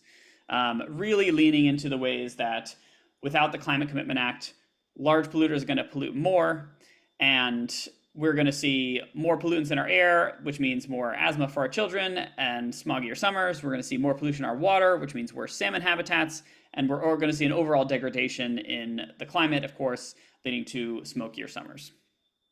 The next talking point has to do with that loss in funding. And we found when talking to undecided voters that the most convincing sort of funding loss for them is around transportation. And so really leaning into the ways that 2117 devastates the funding for our transportation budget is the best way to convince voters to vote no on 2117. So Initiative 2117 threatens the safe, reliable functioning of our entire transportation system. It would cut a third of the state's funding for our already stretched transportation plan, making traffic worse and commutes even longer. If you've been following Haywood and Let's Go Washington, you'll know that they are out there saying that 2117 is going to lower prices at the pump. Don't bring that up with your undecided voters and neighbors. We don't want to repeat our opponent's talking points, but this is a friendly space, so I'll sort of repeat their messaging for you. If you hear that, the best response is to say that nothing in Initiative 2117 guarantees lower prices. The only guarantee is more pollution and increased transportation costs because of the devastation to the transportation budget. Fundamentally, what the Climate Commitment Act is it's a tax break for large polluting corporations. Sorry, Initiative 2117, which repeals the Climate Commitment Act, is a tax break for large polluting corporations. And it is not something that is, there's no guarantees about what petroleum companies are going to do with their tax break. So if you hear the gas prices line, the best response is to say nothing in Initiative 2117 guarantees lower prices. I'll pause there. I do love taking questions, so feel free to raise your hand. I don't think I have the ability to chat everyone, but feel free to raise your hand at any time if you have questions. And Graham, feel free to interrupt me or really come off mute if. Sure. It looks like we have a question from Elizabeth. Awesome. Hi there. Thanks for the presentation. My question is, on a previous slide, there was a question that the person I'm talking to asks. It says, but they got so many signatures. And I don't see that directly addressed. Basically, didn't he pay people to go out and get the signatures? This is not a grassroots movement. So mentioning that these are signatures where people were solicited by paid employees of this wealthy man. Yes, I think you've got it exactly right. On these messaging sides, I try and include sort of that off-screen chat bubble to represent sort of the yes campaign talking point and you to counteract that, but you countered it perfectly. If you hear sort of, oh, the initiative process, it's the people's will, it's what the people want. It's like, no. Brian Haywood spent $6 million of his own money to get these initiatives on the ballot. And you can even go further and lean into the deceptive point. Those signature gatherers got paid per signature, and they were telling the signatories that these initiatives were going to do things that they weren't. Because fundamentally, deception is a core tool on the Yes Side's campaign. And we can get into some of the ways that these initiatives are deceptive, but talking about sort of there's no guarantee for lower gas prices, and we'll get into some of the other deception for the other initiatives. But you nailed it. Yeah. If there are no other questions, we can move on to initiative. Go ahead. Got a question. Sure. So I just heard on KUOW of all things today that Brian Haywood is going to go on to this podcast called Soundside with Libby Denkman, which is one of their KUOW's big podcasts. And he is going alone. I mean, she didn't say there's going to be like Calvin Jones and Brian Haywood. She just said Brian Haywood, which scared me because that means he gets, for however long the hour or however long she interviews him for, he gets the microphone that whole time. So my question to you is, since he's got bottomless pockets, what are we up against as far as what he is trying to do to muddy the water or to convince people that allegedly this is a good thing? What are we up against, and how far is he going to go? Does he have surrogates, or is he doing this alone? Anyway, that's my question. Yeah, it's a great question. I think, we live in America, free press, I think the Soundside piece, I just saw it linked into Slack. I haven't listened to it, but I think instead of hosting basically gubernatorial debates, a lot of media institutions are kind of do pro initiatives and then con initiatives. And of course, I have some amount of problem with that because you're kind of platforming someone who's willing to say things like, as an example, oh, the capital gains tax, that's paid by small business owners, which is like blatantly not true. It literally says in the law that, small businesses don't have to pay the capital gains tax. But in terms of what we're up against money-wise, one thing we are lucky with so far is that it seems like Brian Haywood had really opened the bank accounts for the signature gatherers, but is not necessarily opening the bank accounts for the campaigning. So we are sort of like doing ad buys on TV and radio, and we're spending a lot on mailers. But when we look at the Let's Go Washington PDC report, which is basically the campaign report on what they're spending on, it doesn't look like Haywood is going to throw another $6 million at campaigning and getting people to vote yes on these things. So we might luck out, but of course he can change his opinion on any time. And he also does fund some right-wing media outlets. If you see an article from quote unquote the Center Square, which I never seen before this campaign season, but their like parent company is funded by Haywood. So there's some kind of like sneaky media funding going on, but the bottom line is we think we have a better message, and thankfully they're not spending that much on their message. So if we knock doors and we get our message on the airwaves, I feel pretty good about winning, but with so much at stake, obviously we're not taking anything for granted. We have a question from Marie White. Yeah, hi. I'm a new PCO, and I'm going to be going out there trying to round up people to vote against this stuff. And I'm wondering if you have any like cheat sheets or talking point index cards or any kind of material like that I can kind of study and that I can share with people. I could swear I could have like planted that question in the audience. It's such a good question. Yes, we have what we call a slate card. You can think of it as just a lit piece against all 4 initiatives. I don't know if it's in this slide deck. I forget exactly the slides I sent over, but I'll send a follow-up email to Graham, and Graham, I'm hoping that you can send it to everybody. But I'll include the Defend Washington lit piece if you'd like to study up on it yourself. We'll also include these slides. And if you would like lit pieces to hand out at doors, my email is at the end, and you can also reply. We can get those lit pieces to you if you're knocking doors and would like to drop lit. So yes, Yeah. we have that for you, Marie, and then hopefully we can distribute that to your neighbors as well. And we can get that in our newsletter and print it out for the October meeting too. Amazing. Thank you. And then Roxanne just shared a note to me that she talked with a signature gatherer, and they did it. She said they were doing it for the money, and that they needed to support their family, and they knew they were spewing lies, essentially. I mean, I don't begrudge the signature gatherers. Like, we all got to put rent over our heads. Of course, I begrudge Mr. Haywood for being willing to do these things to buy these bad policies. I love all the questions. Keep them coming. I'll speak a little bit faster on the slides just to keep us moving. But the next slide I want to talk about is Initiative 2124. So what Initiative 2124 does is it dismantles Washington's long-term care insurance program called Washington Cares. Initiative 2124 is deceptively framed as just allowing people to opt in or opt out of this program.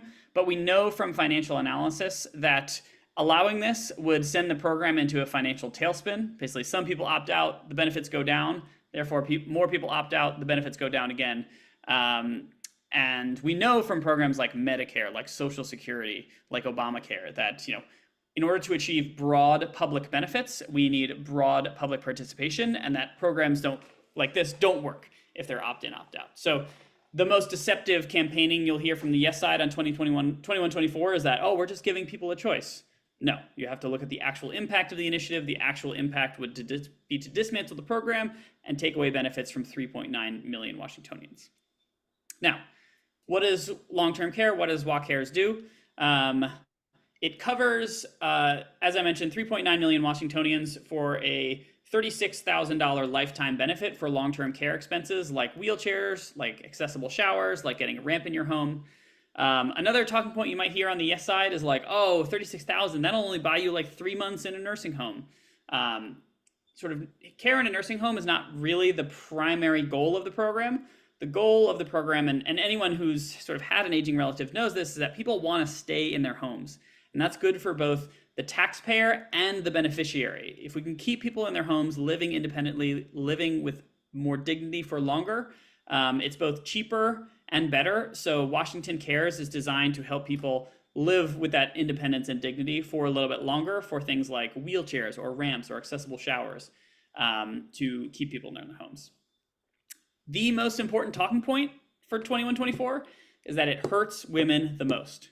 We know we live in a patriarchal society where it is the women in our society that are expected to provide the free care for their friends and loved ones. And if I-2124 passes, it will cause women to disproportionately need to leave their jobs to provide unpaid care for things that would have otherwise been covered by Washington Cares.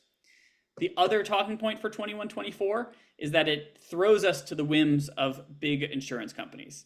Private long-term care insurance is sort of not included in standard health plans. It is expensive. It is, it discriminates against women because women live longer. It can delay and deny claims. It can deny those with pre-existing conditions. All the standard devils of private insurance go here. We have an amazing public broad benefit with Washington Cares. And if I-2124 passes, that goes away and we're thrown into the expensive private long-term care insurance business. And that counteracting the deceptive talking point, just giving people a choice, you just have to center the impact. The actual impact would be to bankrupt Washington's long-term care insurance program, taking away care benefits from nearly 4 million people. Questions on I-2124?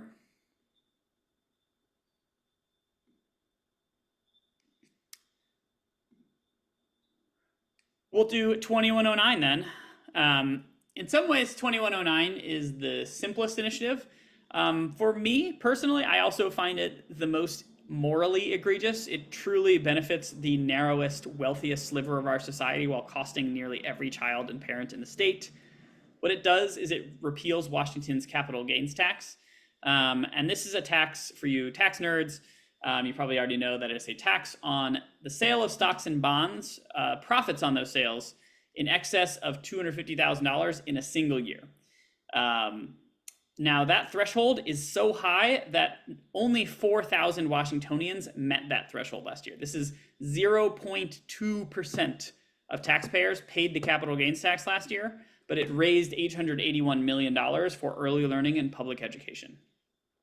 Looking forward, if 2109 passes, we're giving those fewer than 4,000 people a tax cut, and it's going to cut our budget for these programs by $2.2 billion.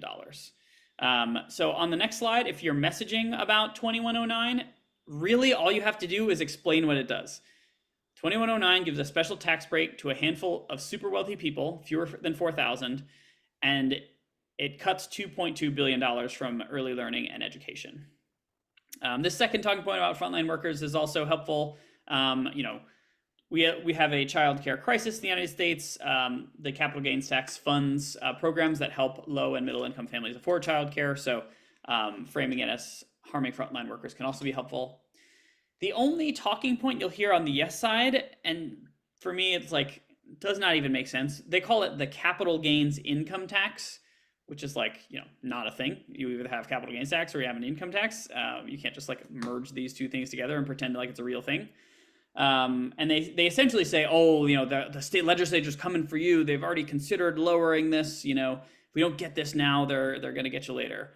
And to that, you have to say 99.8% of people don't pay the tax because it was designed to exclude the ways that middle income people make capital gains. The tax excludes capital gains from home sales. It excludes capital gains from small business sales. It excludes capital gains from retirement account sales.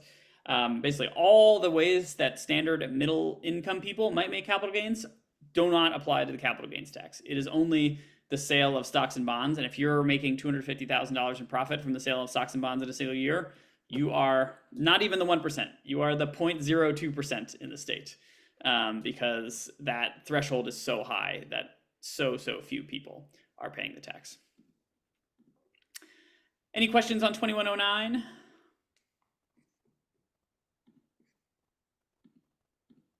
It's simple, but unfortunately devastating. On the last initiative, Initiative 2066, I did want to give a little bit of more background. It doesn't have quite the same path to your ballot, but the sort of negative, devastating impact is still the same. The Builders Industry Association of Washington, BIAW, saw what Haywood was doing. They profit off of putting natural gas into new construction, and they wanted to get in on the Haywood gravy train. So they offered to pay $1 million worth of signature gatherers to get 2066 onto the ballot. And Haywood agreed and let them sort of stay under the Let's Go Washington umbrella. So 2066 had a slightly different path onto the ballot. It's later, it was funded by BIAW, but for our purposes, Haywood has welcomed it as part of Let's Go Washington. Very much still want to associate it with Haywood. No one knows who BIAW is, so trying to frame them as an evil villain is less effective. But what 2066 does is it repeals a bill called House Bill 1589.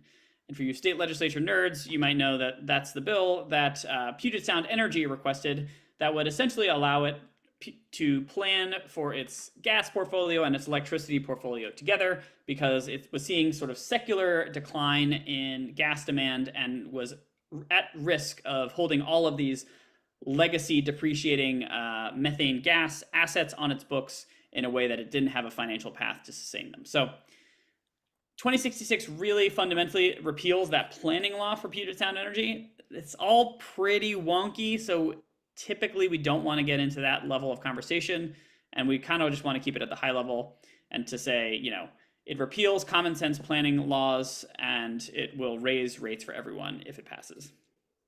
On the messaging,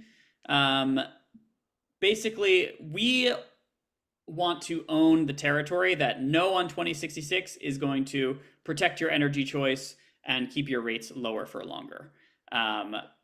We want to say, if 2066 repeals common sense protections and will raise rates in the long run, it is the no vote that's going to help us the most.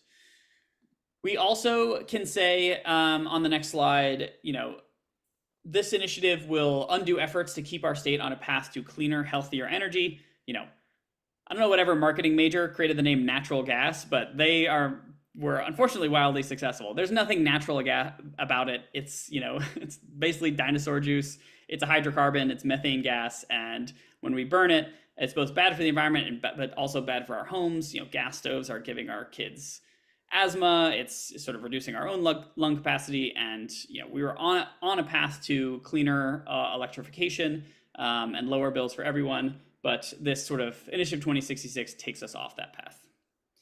The only talking point that the yes side has on 2066 is they're running around saying, we need to protect your gas stove. The state legislature is going to come and rip the gas stove out of your apartment personally. And to that you say, that's absolutely not true. Utility companies are required under state law to provide the energy services you currently use, and nothing in state law changes that. Initiative 2066 is about planning for the future, and it's taking away common sense planning laws that's going to keep rates lower for everyone. So the entire talking point for yes on 2066 is just a total fabrication. Your access to gas, if you have a gas stove today, or gas in your house, is totally protected. Utilities are required to continue providing you that service, and 2066 does not impact that at all. So those are the initiatives. I think the QR codes they may or may not work, but I wanted to highlight a couple of ways that you guys can get involved. As we talked about, we have a bunch of literature. We are we'd like to think small but mighty campaign. It's just me and Rosie Barber as our campaign manager. So Defend Washington does not have an independent field program, but all of you amazing PCOs, as you're out there knocking doors, if you would like Defend Washington literature, we would love to get you some. Oh, thank you, Graham. I'm glad they still work. I feel like they got a little bit blurry in the transfer. So if you need lit, shoot me an email and we'll figure out a way to get it to you. And thank you for all that you do knocking doors and talking to voters. The left QR code, and again, we'll send this out via email, is to join the Defend Washington volunteer list, where sort of you'll get updates about new volunteering opportunities. The middle QR code is out to the No on 2117 campaigns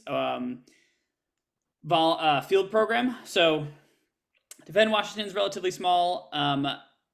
3 of the No campaigns are relatively small, but No on 2117 has a lot of passion and has a statewide field program. So I know everyone here is in the 34th, but even if you have friends from across the state, they can all go and connect with their local No on 2117 field organizer. A lot of amazing work being done specifically for No on 2117, but also for all of the initiatives. When we talk to voters about No on 2117, the individual message works and the slate message against Haywood and all of them is effective. So they've really been, the No on 2117 campaign has been sort of a fantastic partner to the Defend Washington campaign. It's kind of a better together story. So they're doing volunteering events. And then this isn't on the slide, but I'll send it in the email after. The Washington State Democratic Party is running a field program, and basically in all but 9 legislative districts, the canvassing efforts going on are basically vote for Democrats and vote no on the initiatives. Where the state legislative races are closer, they're focusing just on those. But the State Democratic Party is also running a very large field program. And you can go to their canvassing events as well to help spread the word that people should be voting no on all 4 statewide initiatives this year. And then we have a question from Art Chippendale. Art. Unmute. Okay.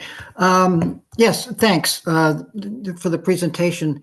I noticed that NPI put out a poll recently showing where all of those initiatives stand currently in terms of support versus people who are opposed to them. And 2066 seems to be the one that has the least no support and more people seem to be convinced that it's something that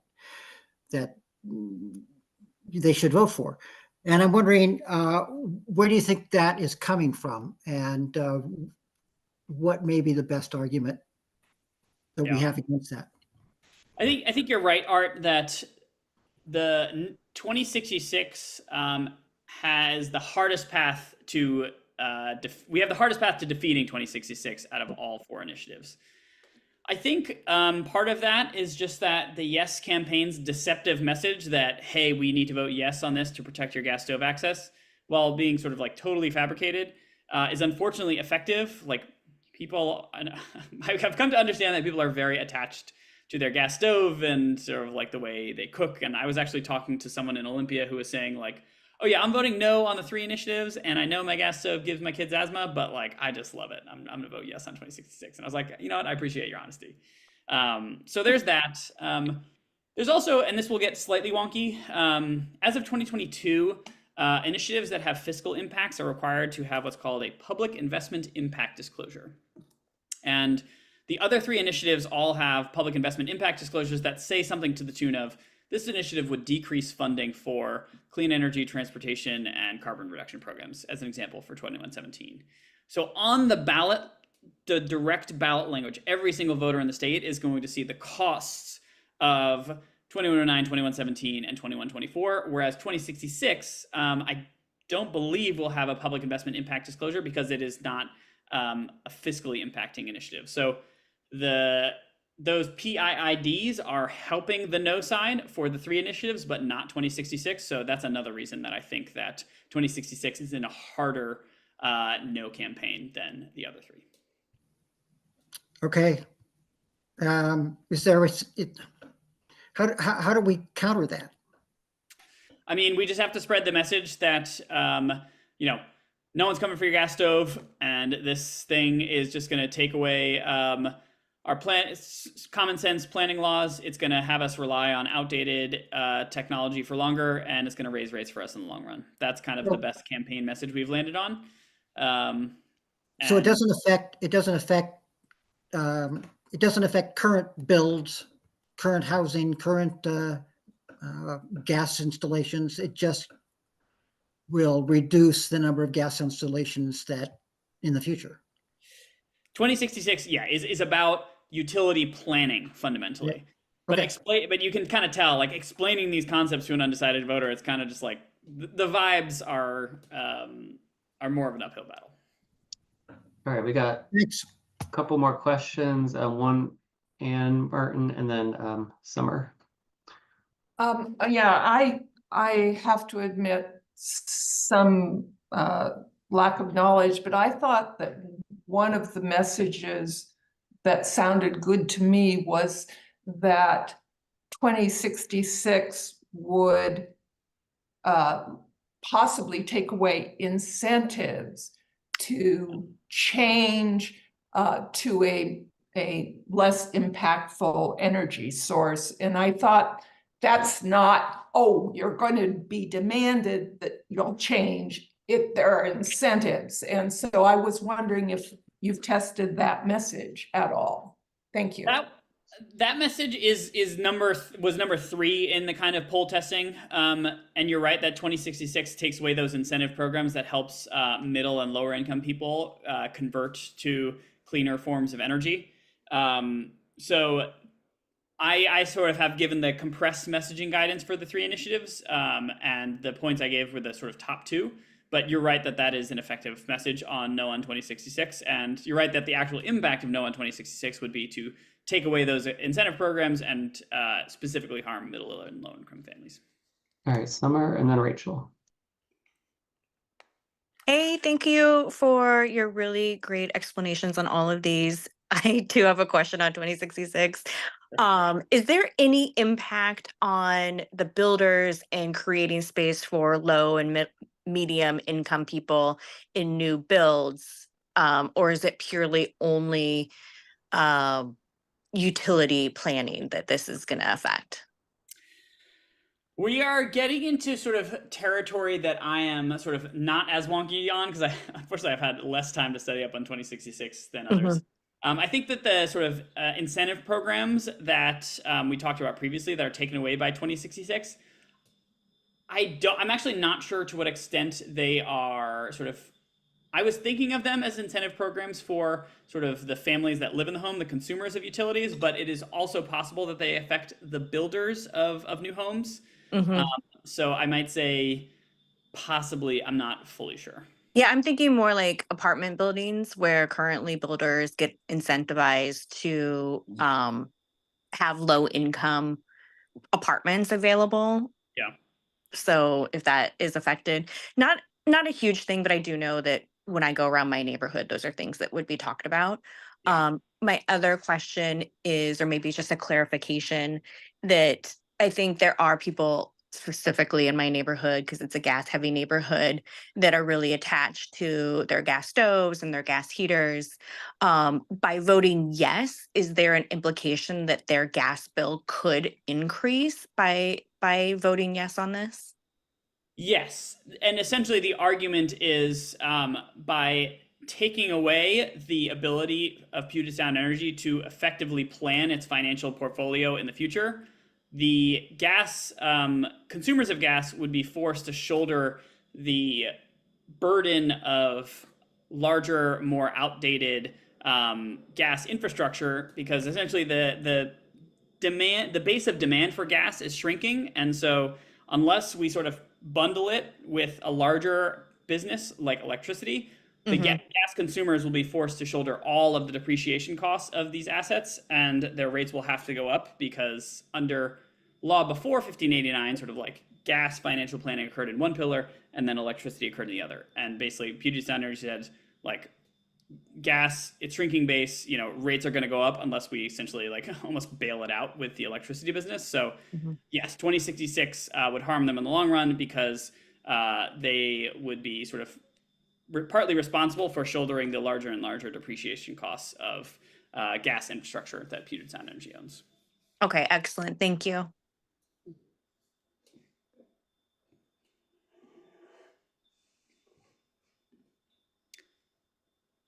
I think, Rachel, you're up next. Oh, thanks, Calvin. Hey, Michael Parker, are you asking the question that you asked me? Because I was going to ask if you weren't, I was going to ask that question. So if you want to go first, and then I can go after you. Michael Parker.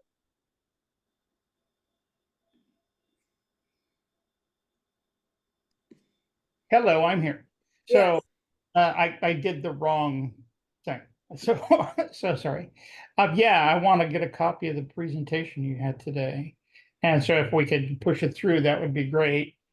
Then I can go back and look at the ways to find access to your organization, all that kind of stuff too, that you had at the end. So that would be handy if we could have that. But you did a good pitch, and I'd like to have some of that knowledge. So as people ask, these are the hardest things we're going to have to struggle with, are these 4 items. So yeah, we'll absolutely get you these slides. And if anything is confusing, you have more questions, like basically my whole job is to sort of like educate and empower people to talk about these initiatives. So feel free to send me an email with any kind of questions you have after the presentation as well, and I'd be happy to help you out. Thank you.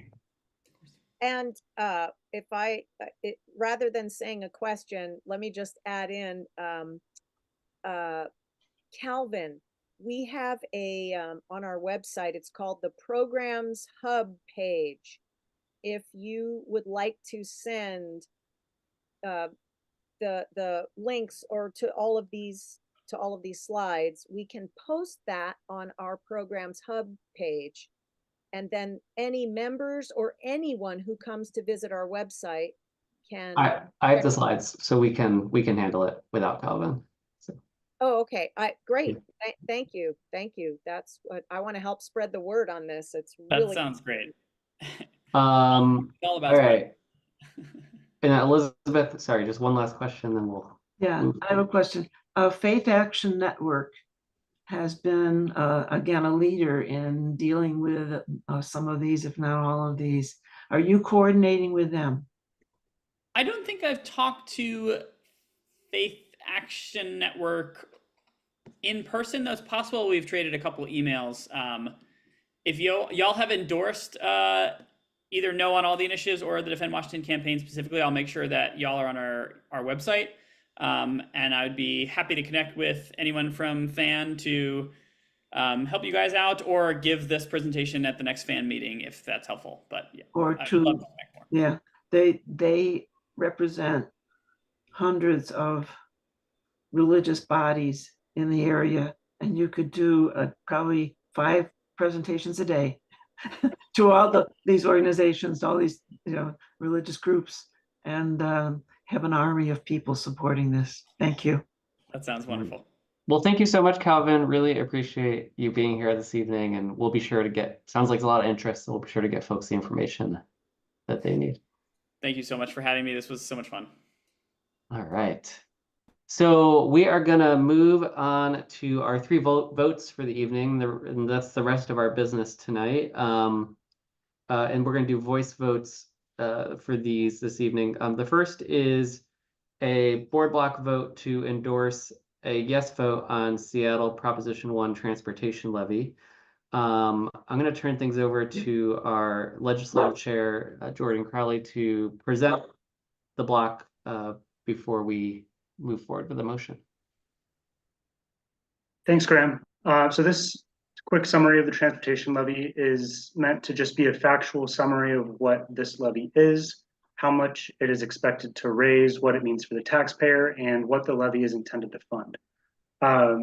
I will note that the board voted to bring this issue before the body with their recommendation to endorse, and also that we do not have Councilmember Saka or his staff here to answer questions. So keep that in mind for the end.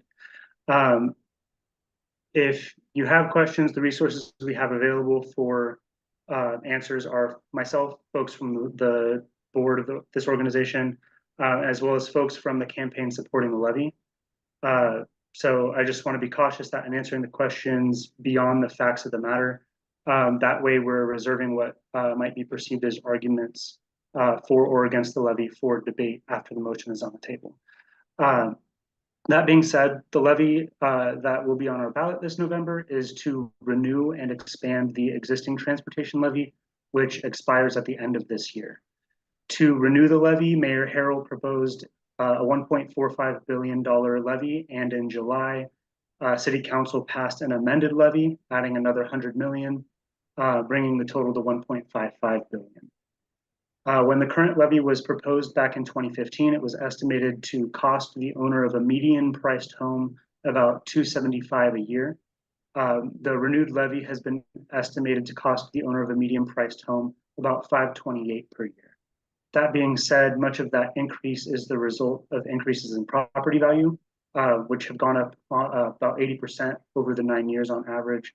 So in terms of tax dollars per $100,000 in home value, this levy is a 7.5% increase from the existing levy, from just over $61 per 100,000 to $66 per 100,000.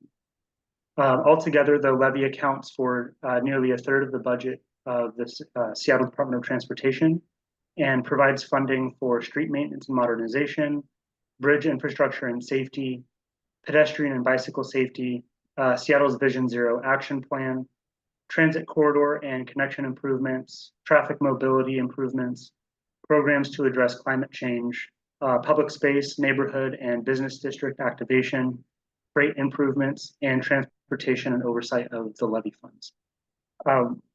So as I said in the beginning, we can take a couple minutes to answer questions, but just that caveat that we don't have Rob Saka or folks from his staff here to answer questions. So if you have questions, feel free to raise your hand. We can take them one at a time, but we only might have time for a few. So please save any arguments for or against the levy until debate after the motion is on the floor.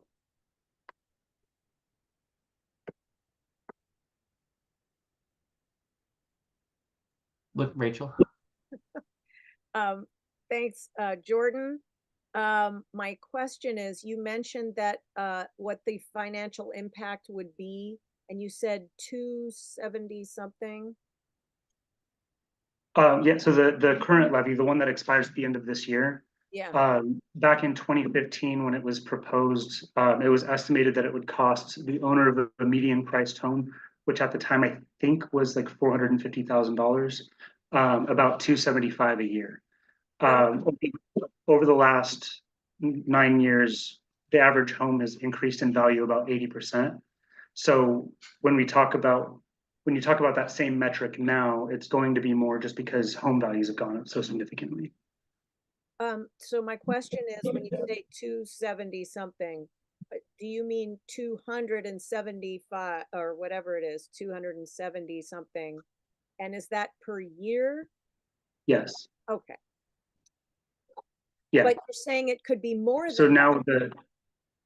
it is more than that, because when you look at the what it would cost the owner of the median valued home, but most of that increase is due to the fact that the median valued home is almost double what it was 9 years ago. So now the estimate is 528 per year. But if you look at it in terms of, which is why I offered the what it costs the taxpayer per $100,000 in home value. When you look at it in terms of that metric, it's a 7.5% increase from about $61 per $100,000 in home value to just shy of $66 for every $100,000 in home value. Thank you.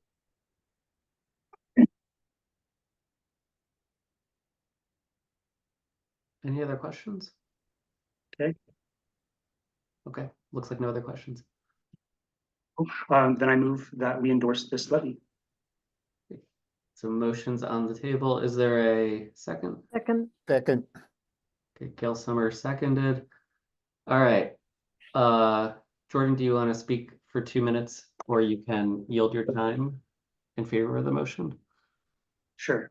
So if there's anything that our district should understand, it's the importance of operational, maintained, and sustainable transportation infrastructure and access to safe, affordable modal variety. Transportation projects are critical to our district and our city's economic vitality and resilience. Recognizing and acting on investment opportunities to improve existing avenues and innovate how we move to, through, and from our city are critical to building a clean, green city. This transportation levy and the voters who support it ensure that the ways in which we travel, whether you walk, bike, roll, bus, or drive, will be available and safe. These dollars don't just make mobility possible, they make everything that relies on mobility possible. Our small business districts and public spaces, our tourism and freight industries, and so much more rely on safe, accessible, and available transportation options. A failure to support this levy is to oppose critical infrastructure funding. So I ask for your support to endorse this levy and your vote for it in November. I will cede whatever time I have left to a representative from the campaign.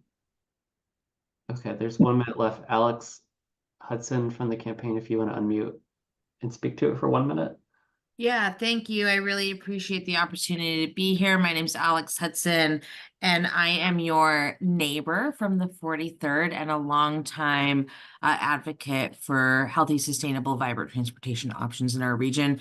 In addition to what was said, that was an excellent outline of all the things. I think it's important to say, like, why does this matter, right? Like, you in your district are very acutely aware of the need for maintenance, as Jordan said, but this is also about saving lives, right? We're in the middle of a very serious safety crisis around people who are just trying to walk and bike and roll to the places in their communities that they want to go. And we really know that these investments in Vision Zero are going to pay off in lives saved down the line. We also know that things will get faster and easier and better when we prioritize trails and transit and moving people throughout our city. And what I really appreciate about, as somebody who really cares about good governance and takes it really seriously when we ask taxpayers to do these investments, is the just high levels of oversight that are in this. The Move Seattle Levy Oversight Committee We're out of will be time. staffed. Sorry. Yeah, sorry, we're out of time. Thank you. Sorry, we're just strict on the rules here. Would anyone like to speak against the motion on the table? Anyone like to speak against it? All right. So speeches are now closed. We'll move to a voice vote. This is available for PCOs and eligible members. All All those in favor say aye. Aye. Aye. Aye. Okay, all those opposed say Aye. no. No. One no. All right, the ayes have it. The motion passes. Thank you. We're going to now move forward to our next item on the agenda, which is a motion to approve campaign contributions. So in our August meeting, we, as Julie noted in our budget report, sent about $4,000 to various campaigns. We looked at our available budget and also our current revenue and expected expenses through the end of the year, and we feel comfortable spending. The board feels comfortable spending another $4,000 prior to the election on these three campaigns. We heard earlier the importance of Defend Washington. So we recommend that the membership approves $2,000 to Defend Washington campaign to defeat the initiatives. We saw how close the election for state lands commissioner was, and it may remain that competitive. So we recommend approving $1,000 to Dave Upthegrove's campaign for state lands commissioner. And then the critical nature of the state attorney general position in Washington state has been made very clear by our current candidate for governor. And we recommend making $1,000 contribution to Nick Brown for state attorney general. Any questions about this?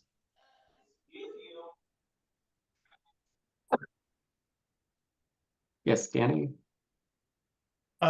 Didn't we distribute funds to Up the Grove for was that for the primary still, or is this This would be an indication, I guess? additional contribution. Yes, we gave him $650 previously. Any other questions? All right. May I have a motion to Hey, approve? Graham, this is Hannah Cameron, and I will make a motion to that we approve these campaign contributions. Thank you, Hannah. Is there a second? Second. I second. Okay. Steve, I don't know if you caught a second. No. Dave Horn. Okay, yes. Okay. Great. Hannah, do you want to speak to your motion? Sure. As I think hopefully most of you know, I'm a member of the board, and we had a pretty in-depth conversation when we were trying to figure out, how to spend these last remaining dollars. And we thought pretty deeply and critically about it. And as I'm sure most of you are feeling in the same way I am after listening to that presentation that we had just a few minutes ago, Defend Washington campaign is critical. And we, like Kamala Harris says, we aren't going back. We won't go back. We don't want them to overturn all of these very good things that we've already fought for and already solidified. So let's not let, millionaires in our state who don't care about the same things that we do, erase good, hard work. And then, like Graham said, state lands commissioner has such a huge impact. I know it's kind of something we might not see. It's not necessarily as visible, but it has a huge impact on our state, on our climate, and will have impacts for years and decades to come. And then again, Nick Brown is going to be doing some really good hard work for us once he gets into office, and we really need to help shore up his campaign and ensure that he clinches that race. Thanks. Thank you. Would anyone like to speak against the motion? Anyone like to speak against? All right, speeches are now closed. We'll do a voice vote again for this. This is available to all members and PCOs. All those in favor say aye. Aye. Aye. Aye. Aye. Aye. Okay, all those opposed say no. All right, the ayes have it. The motion passes unanimously. Thank you, everyone. We will get those dollars out the door into the campaigns as swiftly as possible. I'm now going to turn things over to our endorsement and resolutions chair, Ann Martin, to share an overview of our resolution for this evening to consider? Yes, excuse me. This is a resolution that would call for the impeachment of Supreme Court Justices Thomas and Alito. And I will note that this resolution originally came to us as an impeachment of Samuel Alito Jr. only. But after discussion within the committee, I did a considerable rewrite, and so am listed as the sponsor, although I was not originally the sponsor. This resolution is based on a submission by Representative Alexandria Ocasio-Cortez, which is articles of impeachment accusing Justices Thomas and Alito of financial disclosure improprieties and failure to recuse themselves in cases in which they have clear conflicts of interest. The resolution states that the 34th District Democrats support the articles of impeachment, urge Representative Jayapal, our representative, and the Judiciary Committee to begin impeachment proceedings, and finally calls upon Representative Jayapal to vote in support of impeachment. Neither the Endorsements and Resolutions Committee nor the board could agree on recommending the passage of this resolution, but both felt it was important to hear the broader voices of the membership on this issue. The concerns that prevented recommendation of passage dealt primarily with timing and the effectiveness of sending a resolution of this kind up the chain. Although no recommendation on passage was made, it is now laid before the body for your consideration. And that concludes my briefing. I'm glad to answer questions if there are any.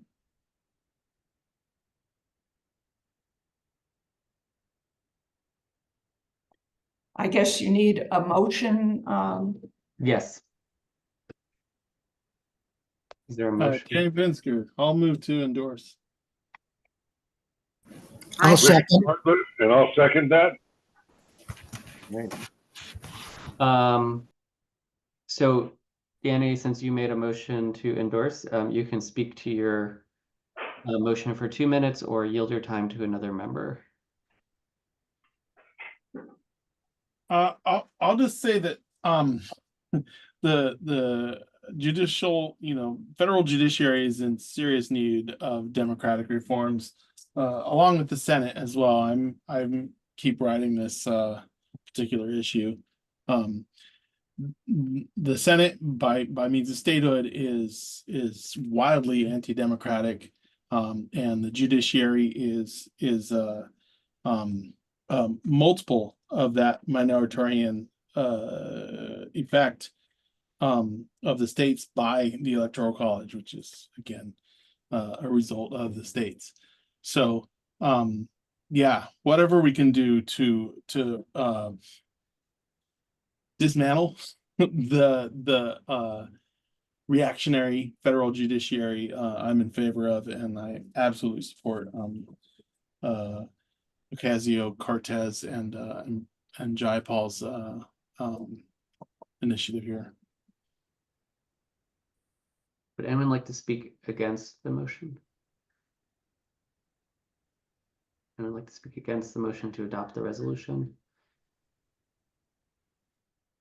All right. There's no more speeches then. We'll do a voice vote again. All those in favor say aye. Aye. Aye. Aye. Aye. Aye. Aye. Of course. All right. All those opposed say no. All right, the resolution is adopted. Thank you. All right. That is our business for the evening. I'll turn the floor over to folks that want to share good of the order. Any good of the orders? Yes, Anne. I will announce that the West Seattle Democratic Women will have their next meeting on October 24th. And we will have our prior representative, Eileen Cody, and our prior county council member, Joe McDermott, talking about their political stories. Joe was also a representative, so I've been talking to Eileen. She may bounce some stories off of Joe and their partnership. She also indicated that she would like to talk a bit about Georgette Valley, who recently passed away, and it would be a nice thing to hear some of her experiences with Georgette. This meeting would be at the West Seattle Golf Course, and we will be starting, I think, around sometime between 5 and 6, but a dinner costs $20. It's a good deal. It's a buffet. And if anybody is interested, you can get in touch with me. I can put well, if you don't have my email address, I can get it, I guess I can put it in the chat, but I won't be able to share it with everybody. Someone else will have to share it. So I hope you will join us. Yeah, Thank you. I can get your email in there. Okay, you know my email, so Yes. go ahead and put it in. I'll pull it up. All right, thank you. David? Yeah, I'm David McClanahan from Physicians for a National Health Program, Washington, and we're having our monthly meeting coming up next Wednesday. We're having Mia Shim and Mateus Valenzuela from the Public Health Seattle King County, and the subject is health, well-being, and racial equity every day for everyone in King County. And both of them have extensive experience in that. You can go to our website at pnhpwashington.org and register and see more information about the speakers. Thank you. Thank you. Any other good of the orders? Hey, Graham, I have one. Yeah. Just wanting to briefly share that next week, on Thursday is the West Seattle Food Bank's Taste of West Seattle. They've got general admission tickets as well as some of the VIP tickets, it looks like, left. And it's just a really great opportunity to help raise money for an organization that is there for all of us here in West Seattle. They do a lot of good work. And I know that, from hearing from Ted and his work with the board there, that they're continuing to see increased demand for their services. So if anyone is available to come, I'd love to see you all there. I'll be there in person with Ted. Yep, it looks like a fun event too. So hopefully folks will buy tickets. Any other? All right. Thank you all. It's been a really educational and productive meeting. We have 2 more this year in October, and then I know we'll be celebrating, knock on whatever wood is nearby, in November. And just a few notes, our pop-up social is Friday, September 27th at Future Primitive Brewery. So that'll be our 3rd in-person event this month. Hope to see folks there. And our next board meeting is Wednesday, September 18th. Now, if there's no further business and no objection, the meeting is adjourned. There being no objection, the meeting is adjourned at 8:09 p.m. Have a wonderful rest of your evening, folks. How about that debate? Yes, how about it?